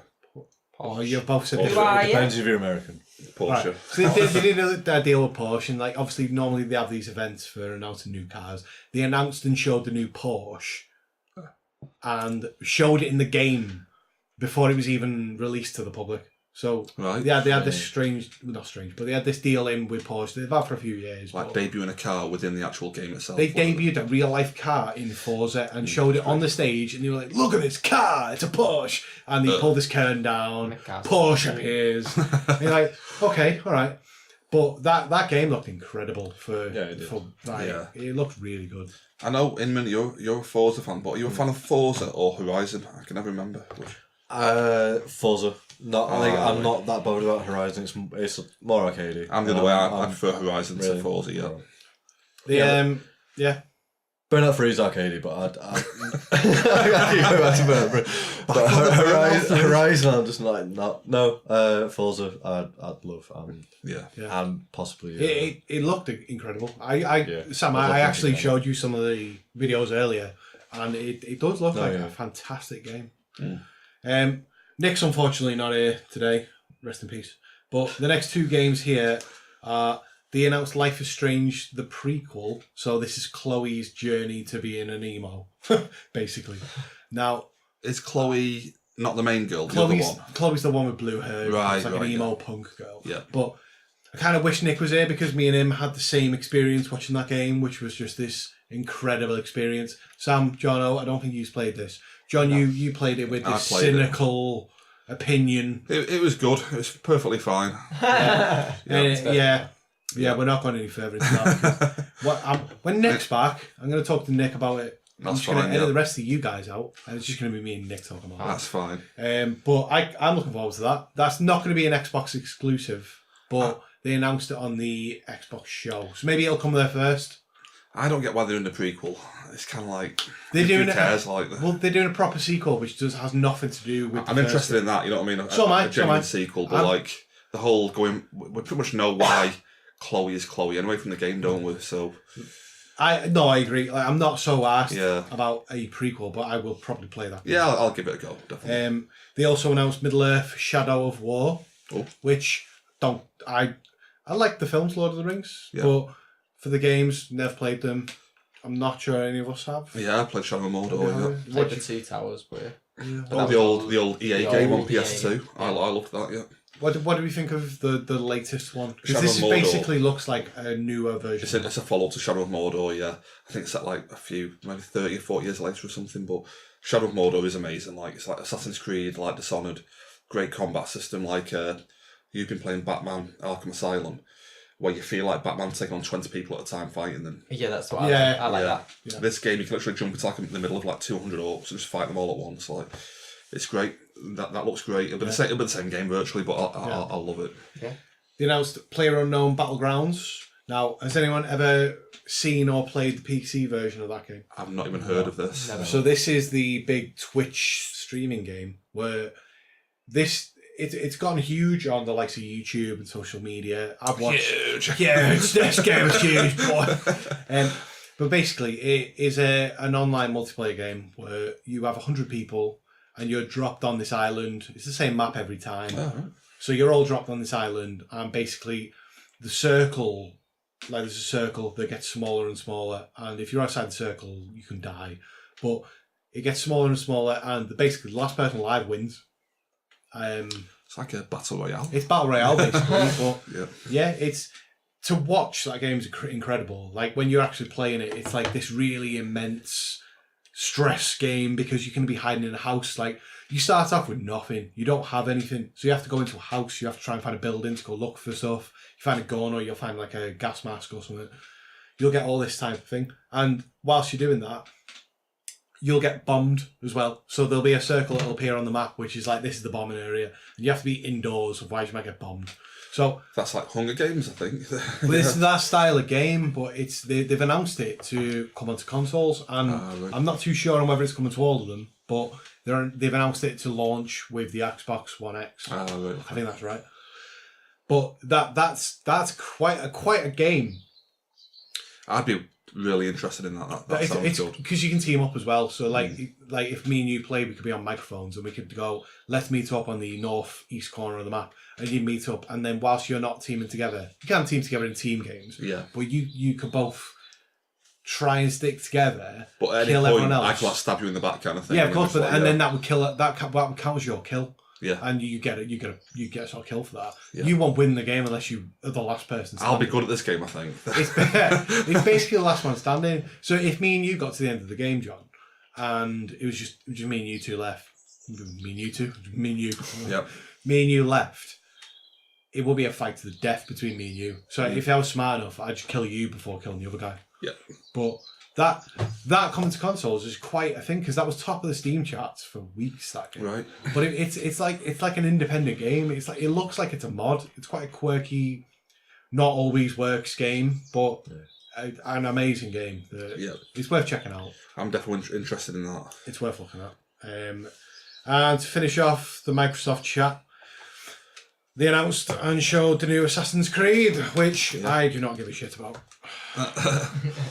I've not even seen anything about the new one, but I'm sure it'll be good. Do we give a shit about Assassin's Creed? Yeah, I love the game. Really. So. We briefly spoke about it on different episodes before. I think what did we say? The first one's good and then it tails off from there. But Same the other way. Like I think 1 is okay, but really repetitive. 2 is probably the best one in the series for me. I love 2. Really? Okay. But then from 2 they have like Brotherhood, Revelations, which were good, dead playable. Then they did part 3 with Connor, which was like a Native American one. Do you remember that at all? No, I don't really like. I'm not a really big fan. Oh, that was okay. It was perfectly fine. Part 3, part 4, Black Flag, one of the best ones. That's great. And the last 2 were Syndicate and something else. Something else. Yeah, and I wasn't too bothered about the last 2, but I love the series though. I'll definitely give the new one a look.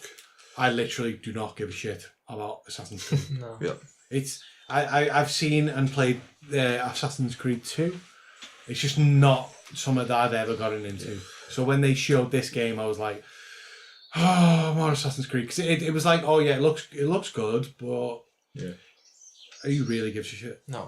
It's got a huge fan base. Yeah, out there, I know, like, but like just it's like me, Call of Duty levels, like this game's at now, kind of thing. me speaking like I don't give a shit.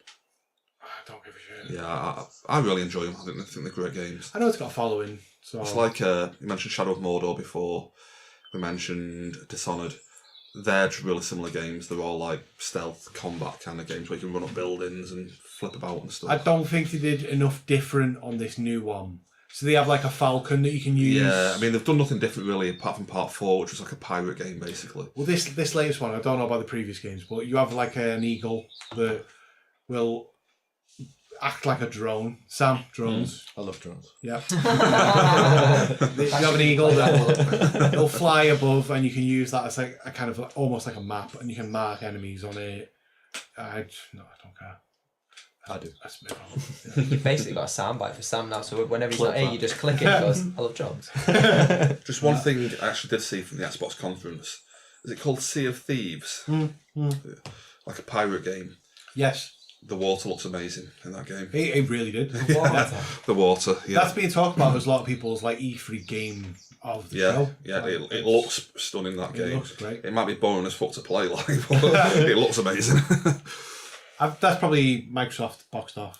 Yeah. Is water always the benchmark in games of like yes. how good the It's the graphics waves, are? it's difficult. Remember how bad it used to be on the old GTAs? The water be that choppy and it like... God, you just mentioned water on GTA. The water on GTA 5 literally blew me away the first time I saw it, because you come out in the submarine and you come out and you see all the white foamy water. I was like, this is blowing my mind. I was like, that's real water. I was like, is this real water? Like, it looks incredible in the latest GTA. The old GTAs, yeah. When I remember flat blue line. on Vice City, you'd go to certain points and you'd see sharks, but all it was is like there'd be a non-moving, just a fin stuck out. No, but it'd be a fin, but then you'd see the body of the shark underneath the water, but there was no animation on it, so it was just a solid block of shark. So if you used a speedboat as well, all you'd see is just like now and again you'd bounce up and down, but that's all it'd be, just a little ripple. That was it. We'll get on to GTA 5 sharks, because that is genuinely terrifying. That's one of the most terrifying things I've ever had, where I dived under the water for a mission on GTA 5 and a red little dot pops up on the map and it's a shark, and you see it in the distance and you're like, oh my god, I'm going to die. And it is terrifying. Now imagine that in VR. Oh, no. I'm leaving. Goodbye. All right, let's move on from the Microsoft conference. Let's go on to Sony. Now, I watched Sony. It wasn't so much underwhelming, but after watching the Xbox one, I was kind of like, not blown away by it. No. Yeah, not blown away by it, but yeah, not underwhelming, nothing mind blowing. But they announced a few games. The new Spider-Man looks good. They showed 9 minutes of gameplay of that. Is that just option? It's just purely Sony because it's owned by Sony, isn't it? Yeah. So, Yeah. So, like, the new Spider-Man, about 9 minutes of gameplay they played. It's the new one where he's got a big white spider on his back. Is it based on the new film coming out, or...? Well, he had this sort of, like, focusing eyes. So thing. yeah, it is then. But I don't know as far as that, but it did look good. Like, No, I've heard people raving about it. I'm not going to see it yet. I like the Spider-Man games, but they don't really change much. It's almost as if once you play one, you played them all, but they're just slightly different because technically more advanced, and the gameplay's a little bit more detailed, but it's basically the same game in a nutshell. I remember the game of Spider-Man 2 being a massive deal on Xbox. That was Xbox. That was literally the one on the top that I meant. being like technologically really good and stuff. It looks amazing. Yeah. It's something to look at. They also announced the remake of Shadow of the Colossus. Now, that's a game. Remake. Yeah. So they originally released it on PS2, I think. PS2. I think we're gonna just say it's PS2. They then released it on PS3. They remastered it on PS3. Yeah. And now they've remastered it again for... They've remastered the remaster for PS4. 4K PS4. Yeah. It's like, I've never played it, so one day I'll play it, but I'll play the latest version. It's a really amazing looking game. Great. Great reviews, but a remaster... It sounds like they've run out of ideas for games. It does feel that way, doesn't it? Is it better than releasing a shit version 2, like a sequel? No, I totally get that, but just choose a different game. Like, it's not been remastered before. It's the kind of game as well that I might be speaking totally out of turn here, but once you've played it once, I can't imagine it being that interesting playing it again. Just slightly better again, like I'm saying. People raved over the Last of Us remaster. People loved playing that over. I mean, I don't mind remasters because it's a cheaper game with something that you remember from the old one, but better. But this is a remaster of a remaster, so it's an original PS2 game, which is that looks incredible. But still, loads of people will have played that. Yeah, critically acclaimed, didn't it? Like at the time when it came out. I almost feel like it's not a PS2 game. I almost feel like it's an early PS3 game. What I do is I feel like you'd appreciate it more if you didn't play the first remaster. That's what I'm thinking. Like if you haven't played the original to now, but that's it though. Like I'm the perfect person for that because I've not played it and it looks incredible and it's a game I've always wanted to play. I've just never. All the newbies on the game is fine because you don't have to like compare it to anything. It's just new to you and it's just a cheaper game. And like the actual, for example, the style of the game is you're like just a normal little dude. This is Shadow of the Colossus we're talking about, isn't it? Yeah. And he's taking on like gigantic like structures like stone villains and stuff, but you're like trying to climb up them to fight them and stuff. And it's all done.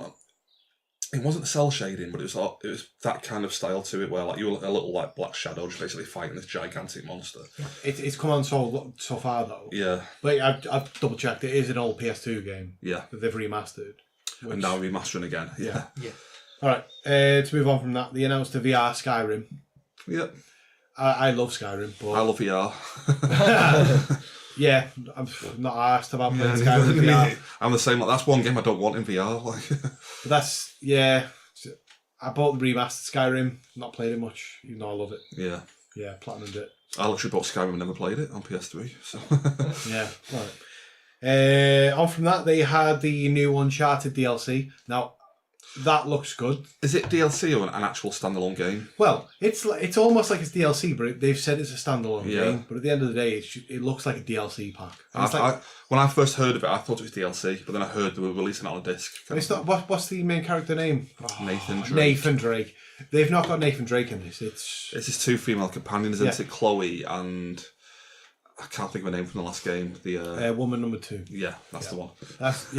It looks good. Yeah. Yeah. I could always do more Uncharted. Yeah, it's a great series, isn't it?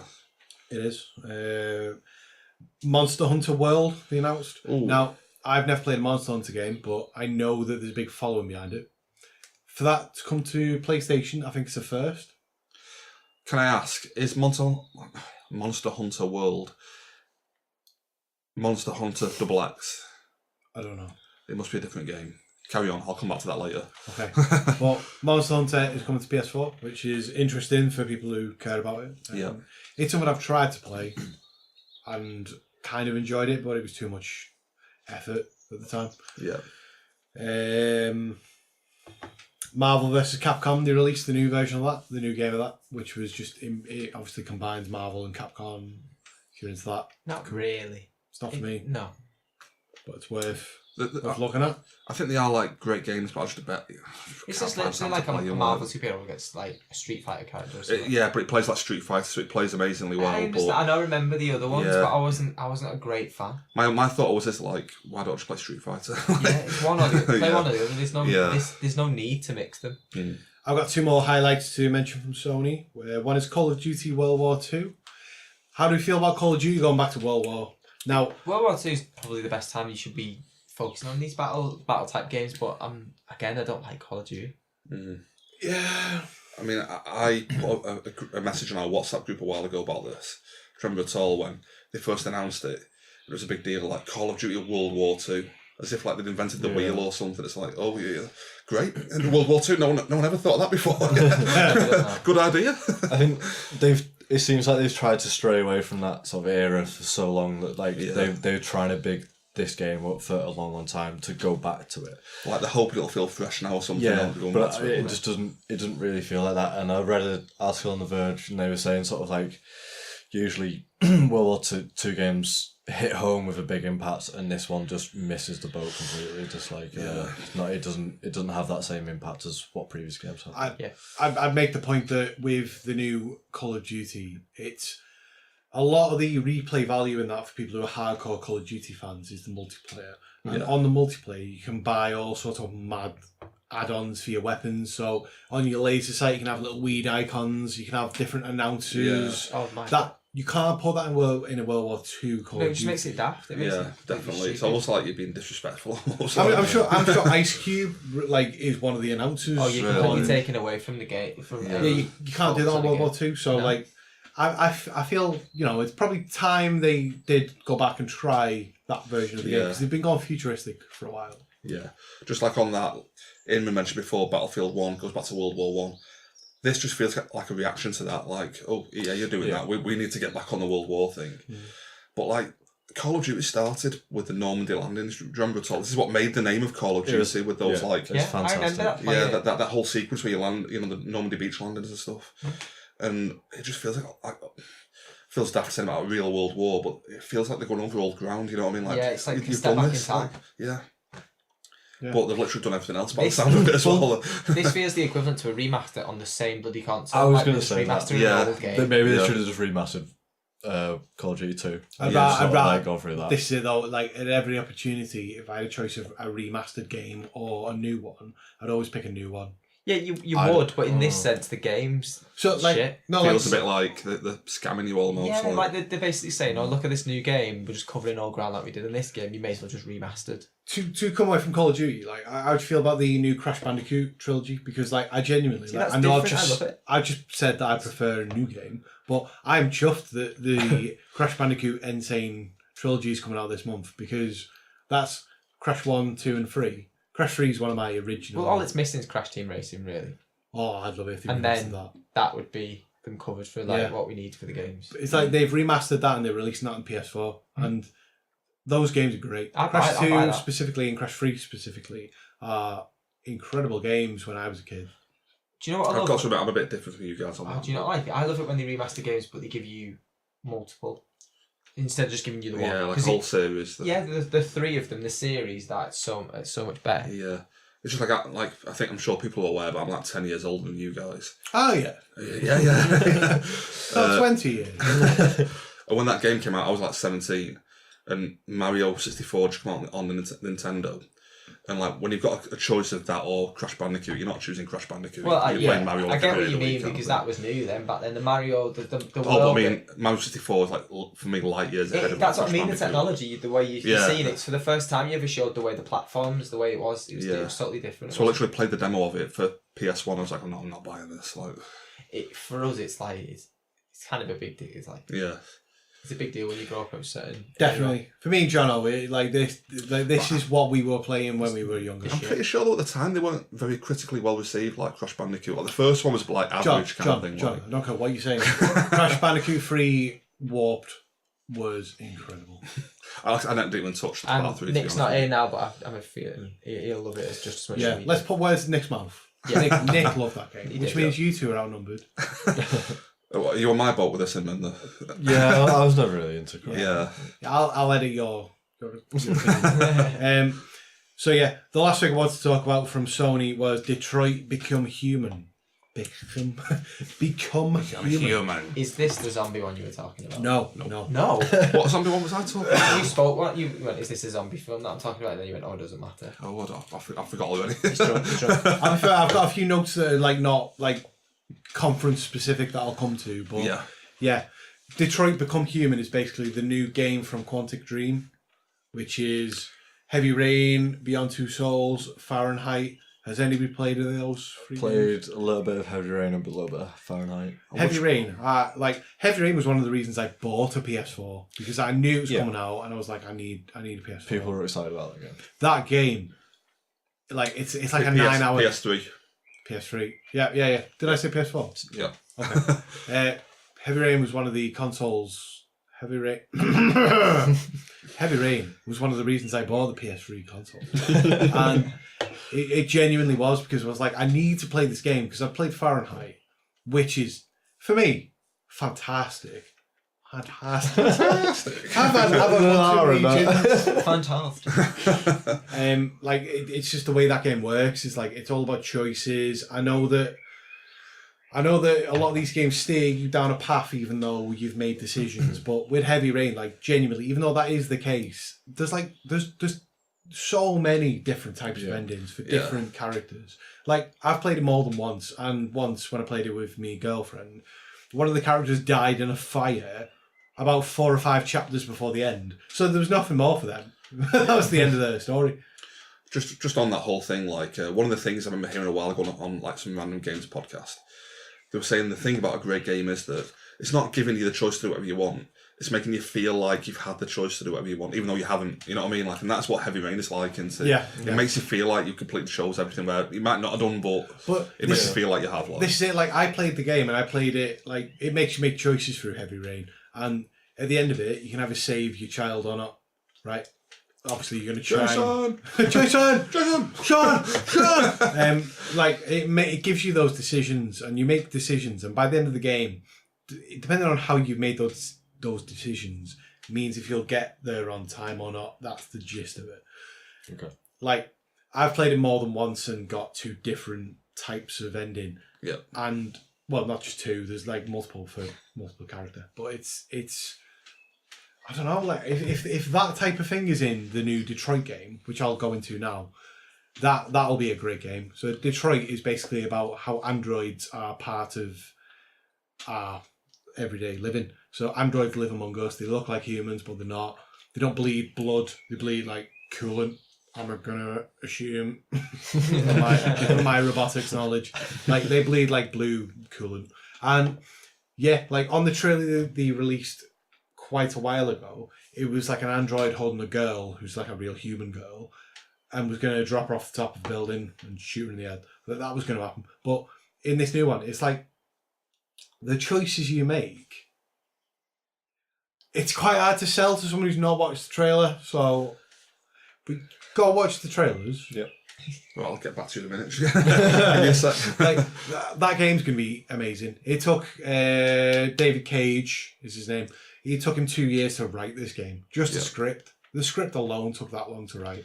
Yeah. Now, if you've like Heavy Rain, Fahrenheit, they're top games, like story wise. Like I know Fahrenheit went a bit off the rails, but I've not played Fahrenheit, but as a counterpoint to that, Beyond Two Souls, Beyond Two Souls isn't a great idle thing. But I never finished it. I didn't. I got bored with it. Like it goes too sci-fi. But that's David Cage as well. Like yeah. No, I know. So I'm hoping it's not that basically. I'm trying to keep me excitement levels quite high. So ignoring that completely. I'm going to pretend I didn't hear that, Jono. But you know, like I'm excited for that game. Like it's worth a look. I've not done that justice because I've had a gin. But I've not done that justice, but it's worth looking at. No, I'm definitely interested in that. Yeah, that sounds good. Yeah, definitely interested. Nintendo. Yeah, John, you've looked at some Switch stuff. I'm gonna mention some stuff I've got. Yeah, do you want me to go through mine first? And anything I've not covered? Go for it. Is that okay with you? Yeah, that's fine with me. I'll be really quick with this, but Monster Hunter XX, I believe it's called. Have you got that on your list? No. It's a game coming to. They announced it coming to Switch. I've never played Monster Hunter. I've got no idea what the appeal is. Crowds went mental, and then it was like, yeah, it's only for Japan. Really? Well, essentially, they said, oh, there's no localization yet for USA or Europe. So I was like, oh, what's the fucking point of that? So, Did they release that on the E3? I believe so, yeah. They can't have done that on the E3 content. Everything I've got here was off an E3 feed, but... They wouldn't... I watched the Nintendo one, but I must have dipped out. Maybe it's coming out just with no localization, where it'll be like just, all in Japanese kind of thing. With English subs? Maybe, yeah. That'd be fine with me. I think apparently it's a bit of an issue, but I don't know. Okay. I don't look into it that much, to be honest. Excuse me. New Pokemon game. Woo! Yeah. It's hard for me to talk about Nintendo stuff because even though I love the Switch, I don't care about 95% of Nintendo's output. This is what my thing is with Nintendo Switch. It's like I want one, but I'm not going to play anything on it. Yeah, I mean, I'm going to play 2 or 3 games, but like Pokemon, I'm not interested. So this new Pokemon game is apparently like they released Pokemon Sun and Moon last year on the 3DS, and I've got them. They're good, but they're releasing them again on the Switch with a new story and like a new game. So I'm going to assume new Pokemon. I can't remember if they specified whether there's going to be new Pokemon or not, but that is what they're going to do. I think it's a big deal as well because the Pokemon company, who actually own the franchise, I just assumed Nintendo owned them. I didn't realise this. No, it's like an independent thing, isn't it? It's like the Pokemon company is its own independent thing, and then Game Freak make the games. Yeah, and then it gets published on the Nintendo. Yeah, I just assumed it was an in-house Nintendo thing that. After so many years, I thought that, but no, it's not even. I'm sure they've got a stake in it. And like I said, I read through it and people were saying like we're so happy that the Pokemon company and Game Freak are coming back to Nintendo. I was like, well, who else would they go to? It's always been Nintendo, but apparently it's a big deal that I'm telling you now, I would love a Crisis-style Pokemon game on the PS4. Well, that was another thing they mentioned. They're doing a game called, I don't know how to pronounce this, Pokken Tournament or Pokken Tournament? Pokken, yeah. Is it Pokken? Yeah. Pokken Tournament came out on the Wii U already. They've announced they're bringing it now to the Switch. The same game virtually, but like a little bit remastered.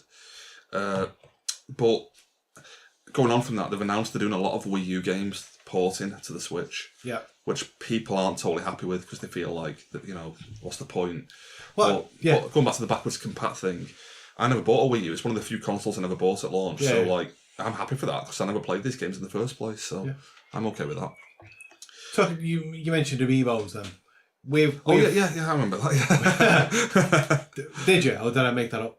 You totally imagined Amiibos. I never mentioned Amiibos. Okay, Amiibos. We spoke about it in work. We did. Yeah, Amiibos. Like John, you just mentioned Amiibos. Yeah, that's right. Yeah, so they've released Skyrim on the Nintendo Switch. Oh, right. Which is coming out, which is cool. They've announced that you can use Amiibos to interact with Skyrim. Yeah. Which means that you can have a Link in the Skyrim universe. Oh, I thought you were going somewhere different with that. I thought you were going to say that there'd be Skyrim Amiibos. I don't know if that's the case, but they're releasing... So I'm interested in that, you know what I mean? Well, if you want to play the Link in Skyrim... I don't. Well, John, because you do, it's coming in, you'll be able to play as Link in Skyrim. But, if they brought other game franchises and brought Amiibos out for them, I'd be well up for that. But instead of just Nintendo stuff, you know what I mean? Yeah. Just going on from that, Splatoon 2, have you heard about this? Comes out next month. Looks great. Yeah. Again, I never played Splatoon 1 because it was Wii U, so...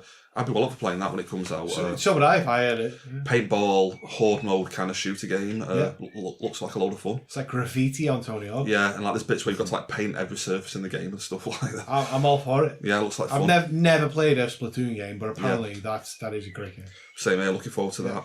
Got a few other games. Kirby coming out 2018. Kirby. It looks great. 4-player this one, apparently. That's a big deal, apparently. Can we talk about Kirby and Yoshi together? Well, I've actually got them Kirby and Yoshi. They look quite similar. I was going to say, they basically announced Kirby and announced Yoshi. Didn't give any kind of subtitles to the game. It was just, this is Kirby. This is the new Kirby. And then, this is the new Yoshi, where it's like some kind of cardboard. Yeah, it's like have you played Tearaway on the PS4? No, but no. It looks similar to that, where like, all the environments are cardboard and you've got to interact with like 2D backgrounds almost, like and like turn them over, that kind of thing. Yeah. Looks interesting. I don't know whether I'll buy it or not, but you've got a Switch and there's nothing else to buy, so you may as well. you're speaking too soon there, Joe. Oh, okay. Wait, throw it at me. Go on. Metroid Prime 4's coming out. No, 2018. I was about to say no one cares. I don't care about people love Metroid Prime. I don't get it. They on the conference they made a big deal about that. Yeah. So it was like, what's this? And you're like, what is this new game? It was like Metroid. And I was like, I'm not. Yeah, people love it though, like proper hardcore. And I'm like, I've got mates who are like, cared about Metroid. I don't get it. Yeah, I've got mates who are well into Metroid. Yeah, and like, I just do not give a shit. So I love the Switch, raving about it, but so far there's not one. Splatoon 2. Looking forward to that's next month, by the way. Yeah, Splatoon 2 is the big one. Can I jump on it before you go to the big one? Because I know what your big one is. Yeah.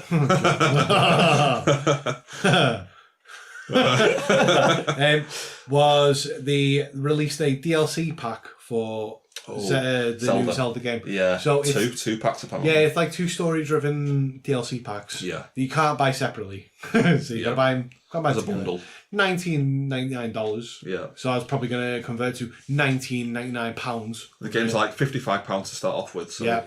Like, it looks good, but like that's what they're releasing. So that's the plans for Zelda. Because I wrote down what they were releasing for the Switch, and it's just Kirby, Zelda, Mario, Yoshi. Like, it's just it's the all same. the Nintendo stables kind of thing. There's nothing new. Yeah. But I know you're about to go on to John, which is the heavy hitter.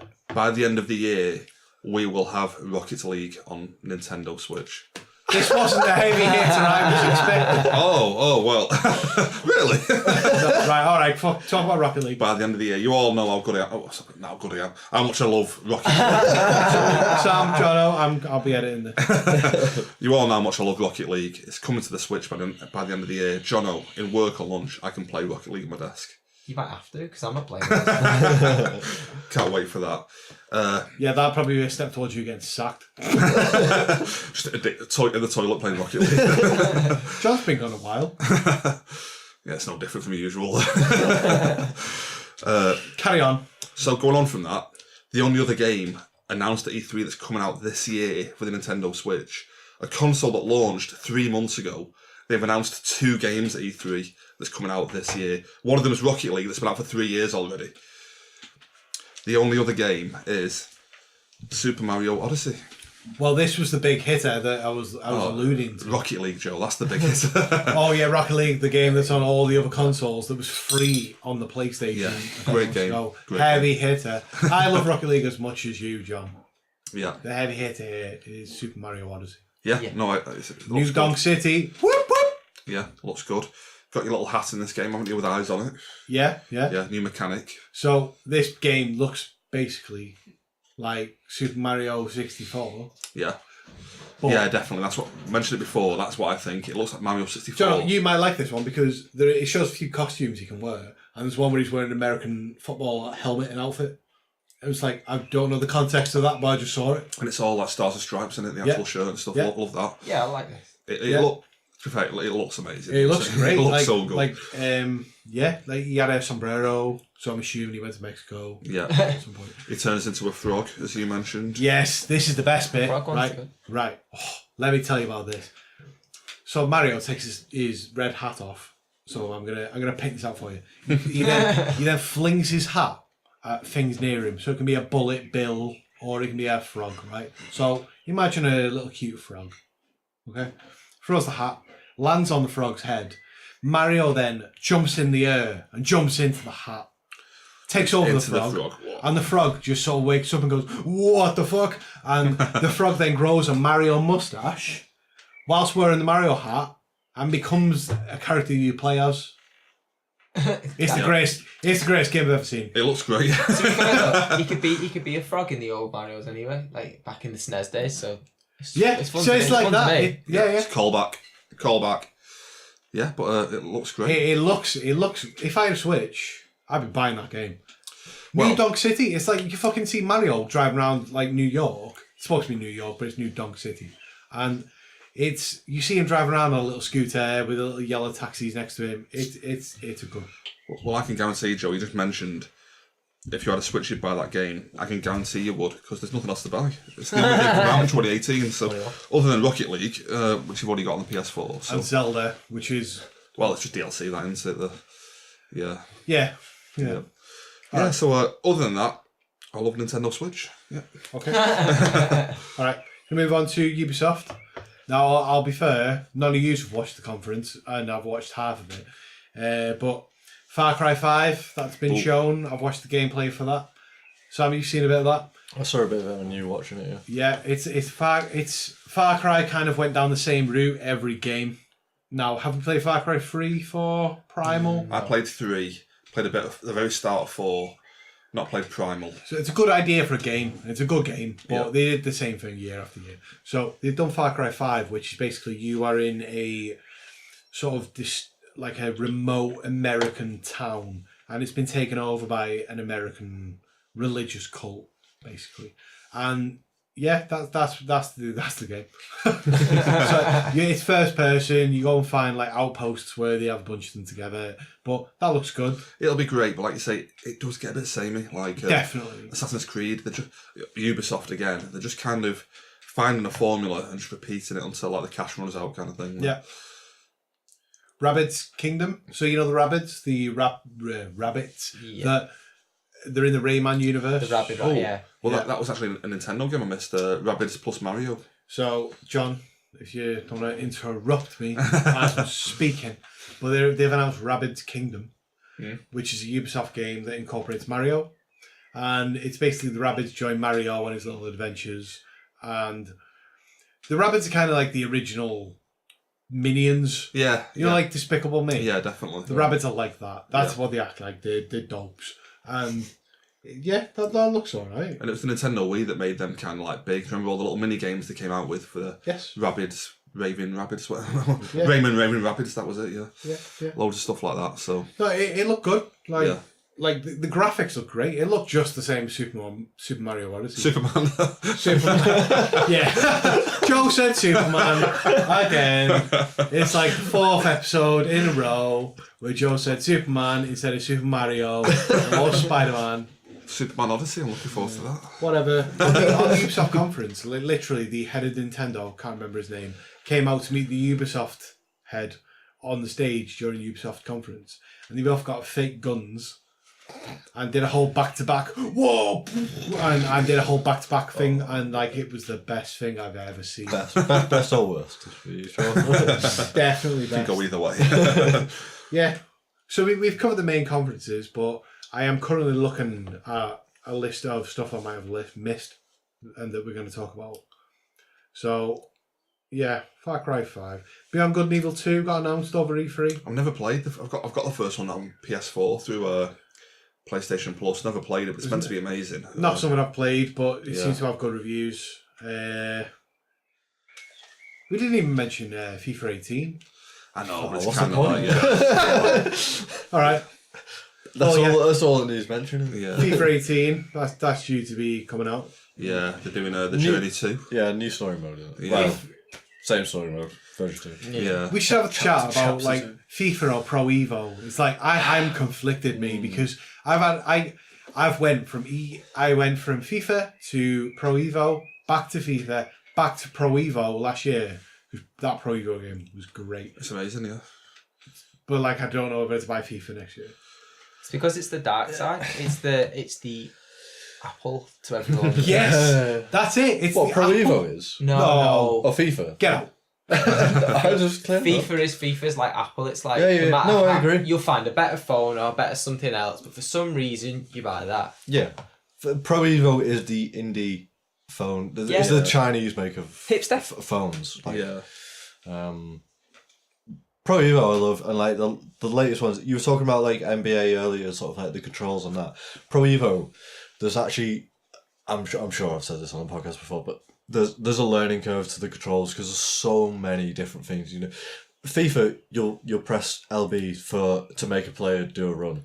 Yeah. Pro Evo, you'll be able to control that player making that run. Yeah. And it's like it's such a more complicated system, but it's such a deep. Yeah. It's more football rewarding. game. Yeah, oh yeah, definitely. Yeah. Yeah, EA try and make it. I want to say player friendly. It's pick up and play. Yeah. Whereas Konami type games are a bit more. Sorry, Jono, you mentioned Konami then. Yeah.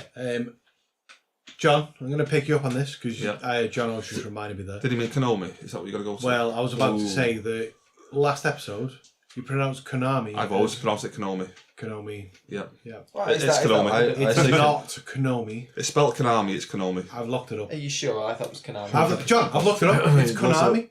I remember playing Contra in 1988 John, I don't care what with you the head remember. of Konami. They said, yeah, this is a game I Konami this. And I was like, oh, cheers, mate. Yeah, thank you. Yeah, John, I know you remember back to like the fucking 60s or whenever you were playing games, but it's Konami. And I was going to bring it up, but I forgot. Konami. It's Konami. Where have you got Konami from? It's always been Konami. It's got an A in it. But it's Japanese. Jono, don't. It's Konami. Yeah. John's in his 40s here. Like, Konami. It's Konami. can I move on? Yeah. No, because apparently IKEA. Go on. IKEA is apparently IKEA. IKEA. It's from the advert, isn't it? So I'm editing you out. Sorry. Yeah. We're not talking about... So Inman agrees it's Konami. No, I didn't say that. Yeah, like I said, I'm looking at stuff I might miss during my initial roundup.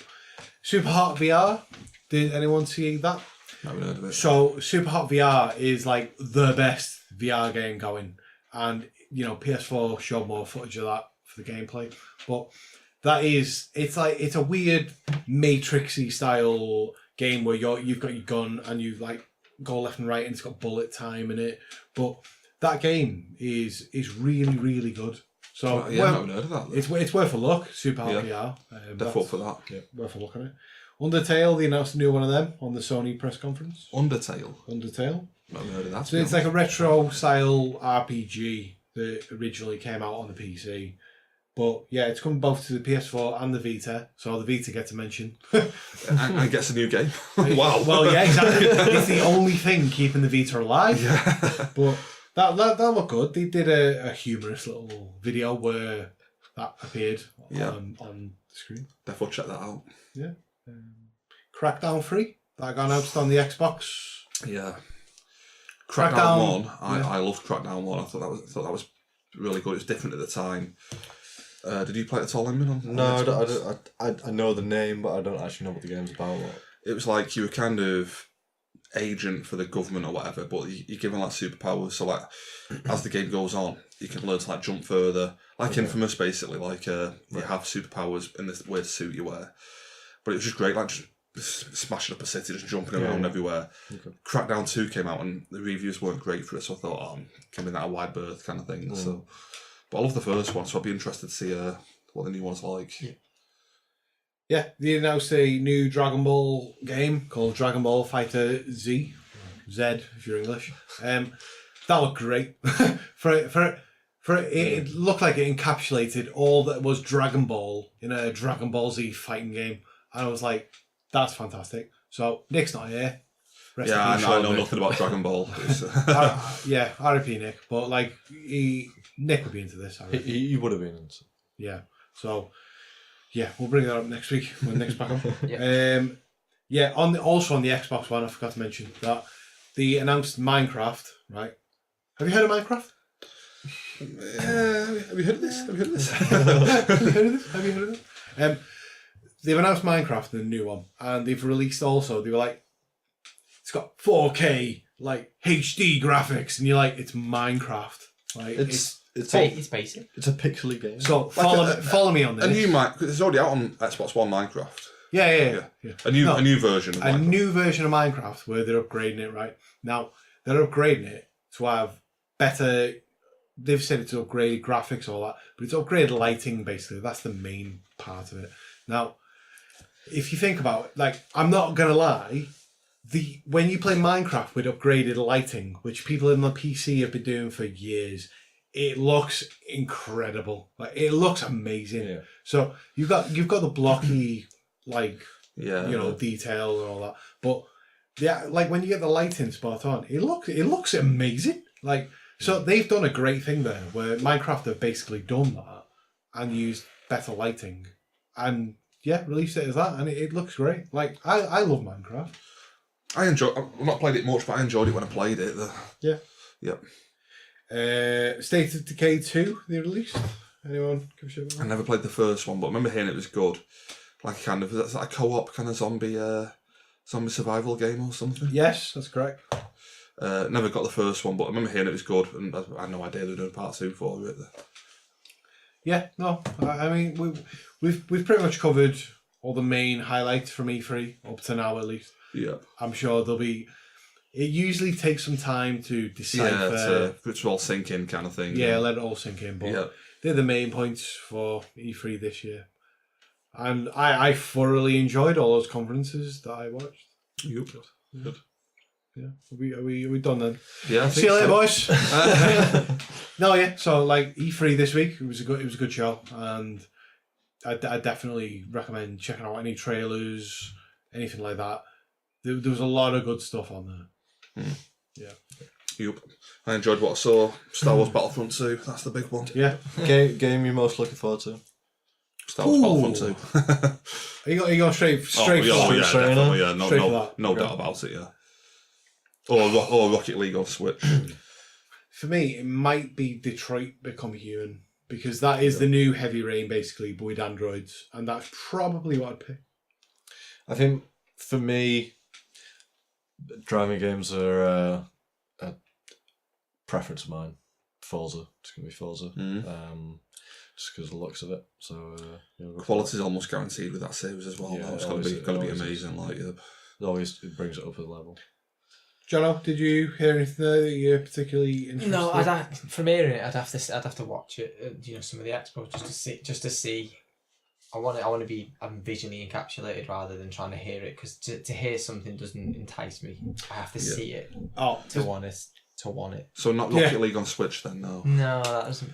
I would say that, like I said earlier, we'd talk more about Anthem. Oh yeah. Like, John, did you see much of Anthem? I saw nothing about it other than it's a big deal kind of thing. It looks incredible. Yeah. Like some of the stuff they were showing on the Xbox press conference. Yeah, like I really think that'll be a good game. Yeah, like, I've heard it's like a big deal kind of thing. Yeah, it's definitely a big deal. Like it's made by the same people who made like Dragon Age that I love. Like it's one of my favourite game series.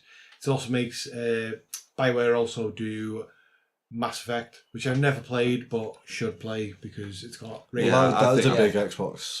That was a big deal for Xbox. So that's probably why I've not played series on that. Yeah, that's it. I've probably not played it because it was generally a big thing at the start of Xbox. Yeah.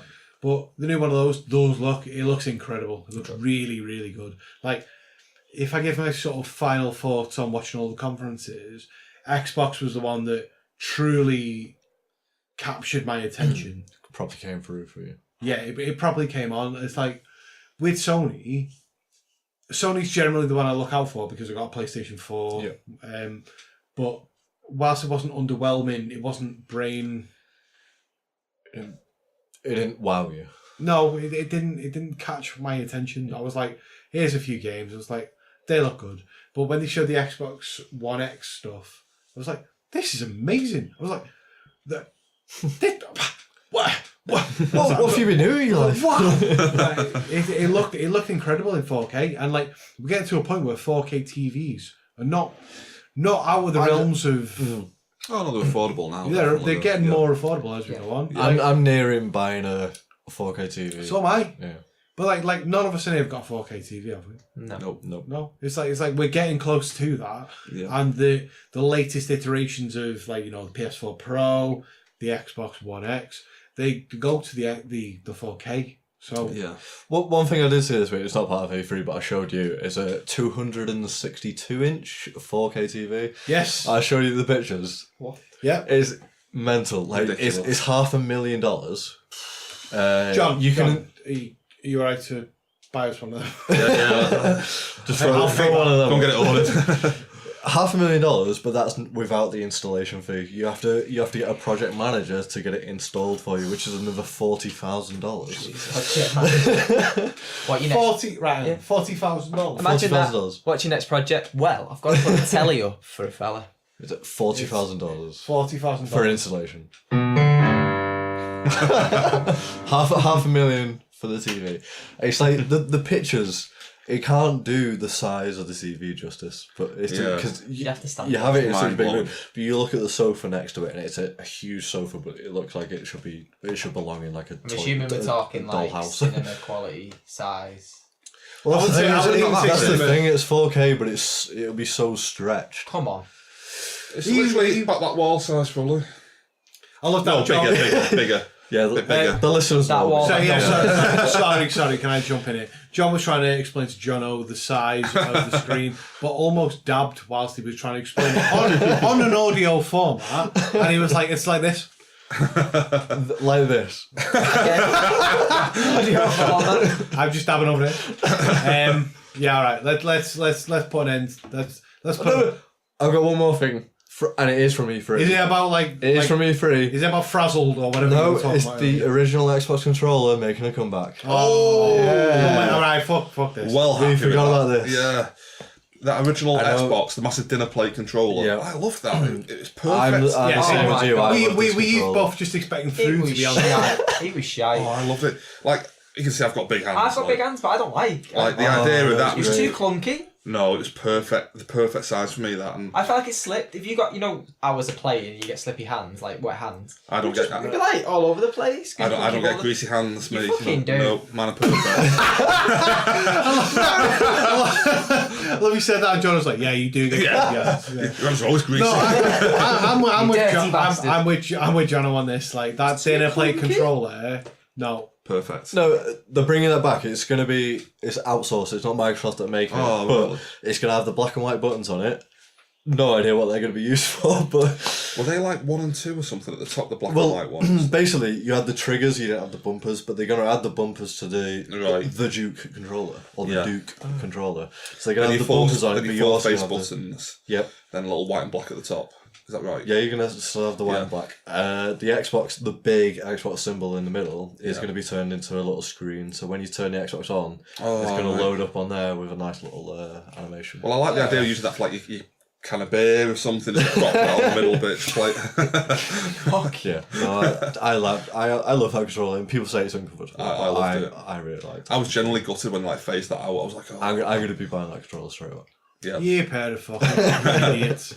Xbox for the win. I'm so glad we finished the episode with that. Anyway, this is the end of the show. Yeah. On a high. Can I play us out on the keyboard? No. You couldn't play us out anywhere. Oh, I'd murder it. Yes, Sean, you can. You did murder it. JT. Wait, stop. Sit down. No, JT, get up. I need to lose so badly. Oh, this podcast's falling apart. God, sit back down. Come on, hurry up. Right, Jono, do you want to give the social media? Yeah, the Twitter's at DSTU Podcast, and if you want to catch us on Instagram, it's at it's not even at. It's just DSTU Podcast 4. That's the number 4. Okay. Jono, do you want to give your personal Twitter? Not really. I'm only joking. Yeah, it's at Jono88 Jono. Mine is at I am. No, it's not. Yeah, it's Joe. You keep doing that. Right. Come back to me then.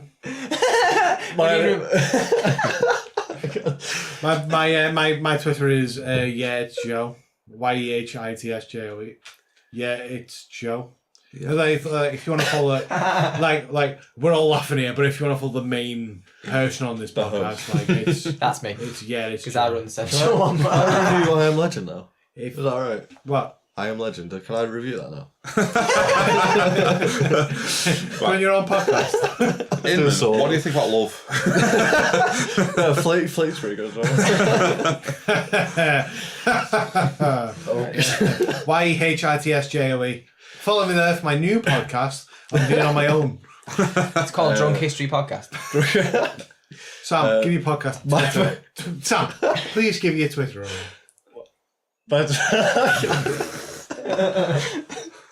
Am I editing this or what? No, leave it. Rumours Football. And at Taylor 1980. Yeah, again though, Joey, just follow me, just forget the rest. Right, John, do you want to play us out this week? Yeah, just got the keyboard. We've gave the social media away. So now... Tell me when you're ready. What are you going to play though? Bit of the Imperial March, John Williams, 1980, the London Philharmonic Orchestra. Let's go, John. It's turned on. Yeah, that's turned on.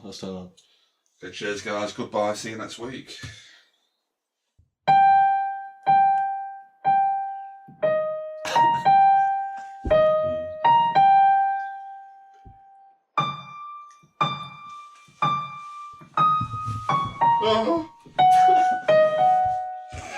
A little bit off at the end, but...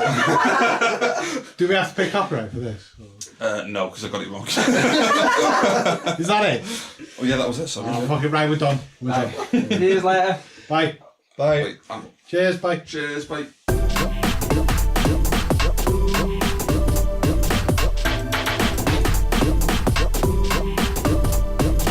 I was going to say I was going to move on to watching Flaked, but... Go for it. On the map, please. That's lit. Sorry. that's lit. I genuinely got confused then of whose house this was. I was literally just going to say the next thing I'm going to watch is Flaked. I really enjoyed season 1. It's neither here than that. Will Arnett's amazing. I'm going to watch that at some point in the future. Have you seen season 1? No. All right, well, I'm going to watch it though. No. Yeah. I'm going to stay the reins back. We're back on the show. I don't know how I'm going to edit this yet, but I'm just going to go. Do you want to talk about that? No? Flaked. Flaked is a Netflix show with Will Arnett in it. Sam, have you? It's really good. Anybody got any more shows to watch this week before we move on to E3? Love. Watch Love. That's also a Netflix show. That wasn't even the same as what we thought he'd be wanting. I thought we talked about Flakes. Was that you doing an intro again? Could you not tell that I was like sort of coming back into the show? No, I'd leave that as it was. We've now got drunk in. We're on the podcast. It's amazing. Sat there going, oh yeah, Sam's about to talk about Flake. Have anyone else done anything this week? What the fuck's Love? The perfect setup and everything. Like What have you done this week? Love. What's Love though? I don't. Netflix show, Gillian Jacobs. She is a peach. Like that. Do you want to talk about that for a minute and then we'll move on to E3? Well, no, we might talk about Flake then, and we don't know. What, Sam, what do you want to talk about? E3.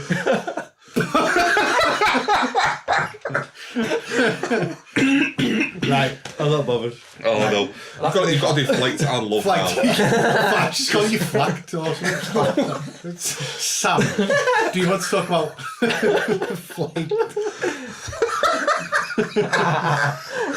I don't know if this is an outtake or not. You've got your outtake again sorted now. Sign the outfit, leave it in. Yeah. Right, Sam. No, I'm going to say no. No, yeah, just Right, forget it. I want to hear about Flaked and Love. 2 Netflix shows I'm dying to watch. No. Stop laughing. We're on a timer here, boys. What time are we on? It's 7:30. Yeah. Right. Sam, what did you think of Flaked since you mentioned it when we weren't recording? Right, okay, E3 this week, guys. No Flake, do it. I'll just jump in. I want to watch Flaked. It's got Will Arnett in it. Comedy genius from... John, have you seen it? No. Move on. Directed by Wally Pfister. The guy who shot the Batman films. Fist who? Wally Pfister. Fist too. Random fact, he worked on porn movies in his youth. This has gone too far. We've went far too far down the rabbit hole. It's all truth. Oh no. Sam, would you like to talk about Fisted or Flaked? Or should we move on? Okay, Flaked. So now you Right. No. Talk about Flake.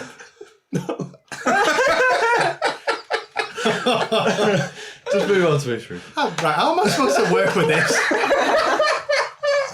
Do you want to talk about Love? Right, forget it. I'll tell you what, I'll watch a few for next week. We'll go back into it next week. Right, calm yourselves. We're doing E3 now, boys. That was good, though. E3's fine. Yeah, right. That's the highlight of the show so far.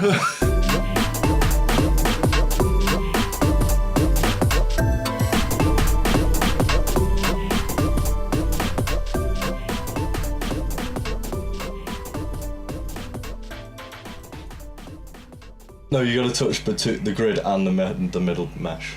You might have taken the static off now. Yeah, Do it again. Press the John, do it. No. I did it. Go on. Now do it quick. Oh, I'm not doing that. It just feels like a static like.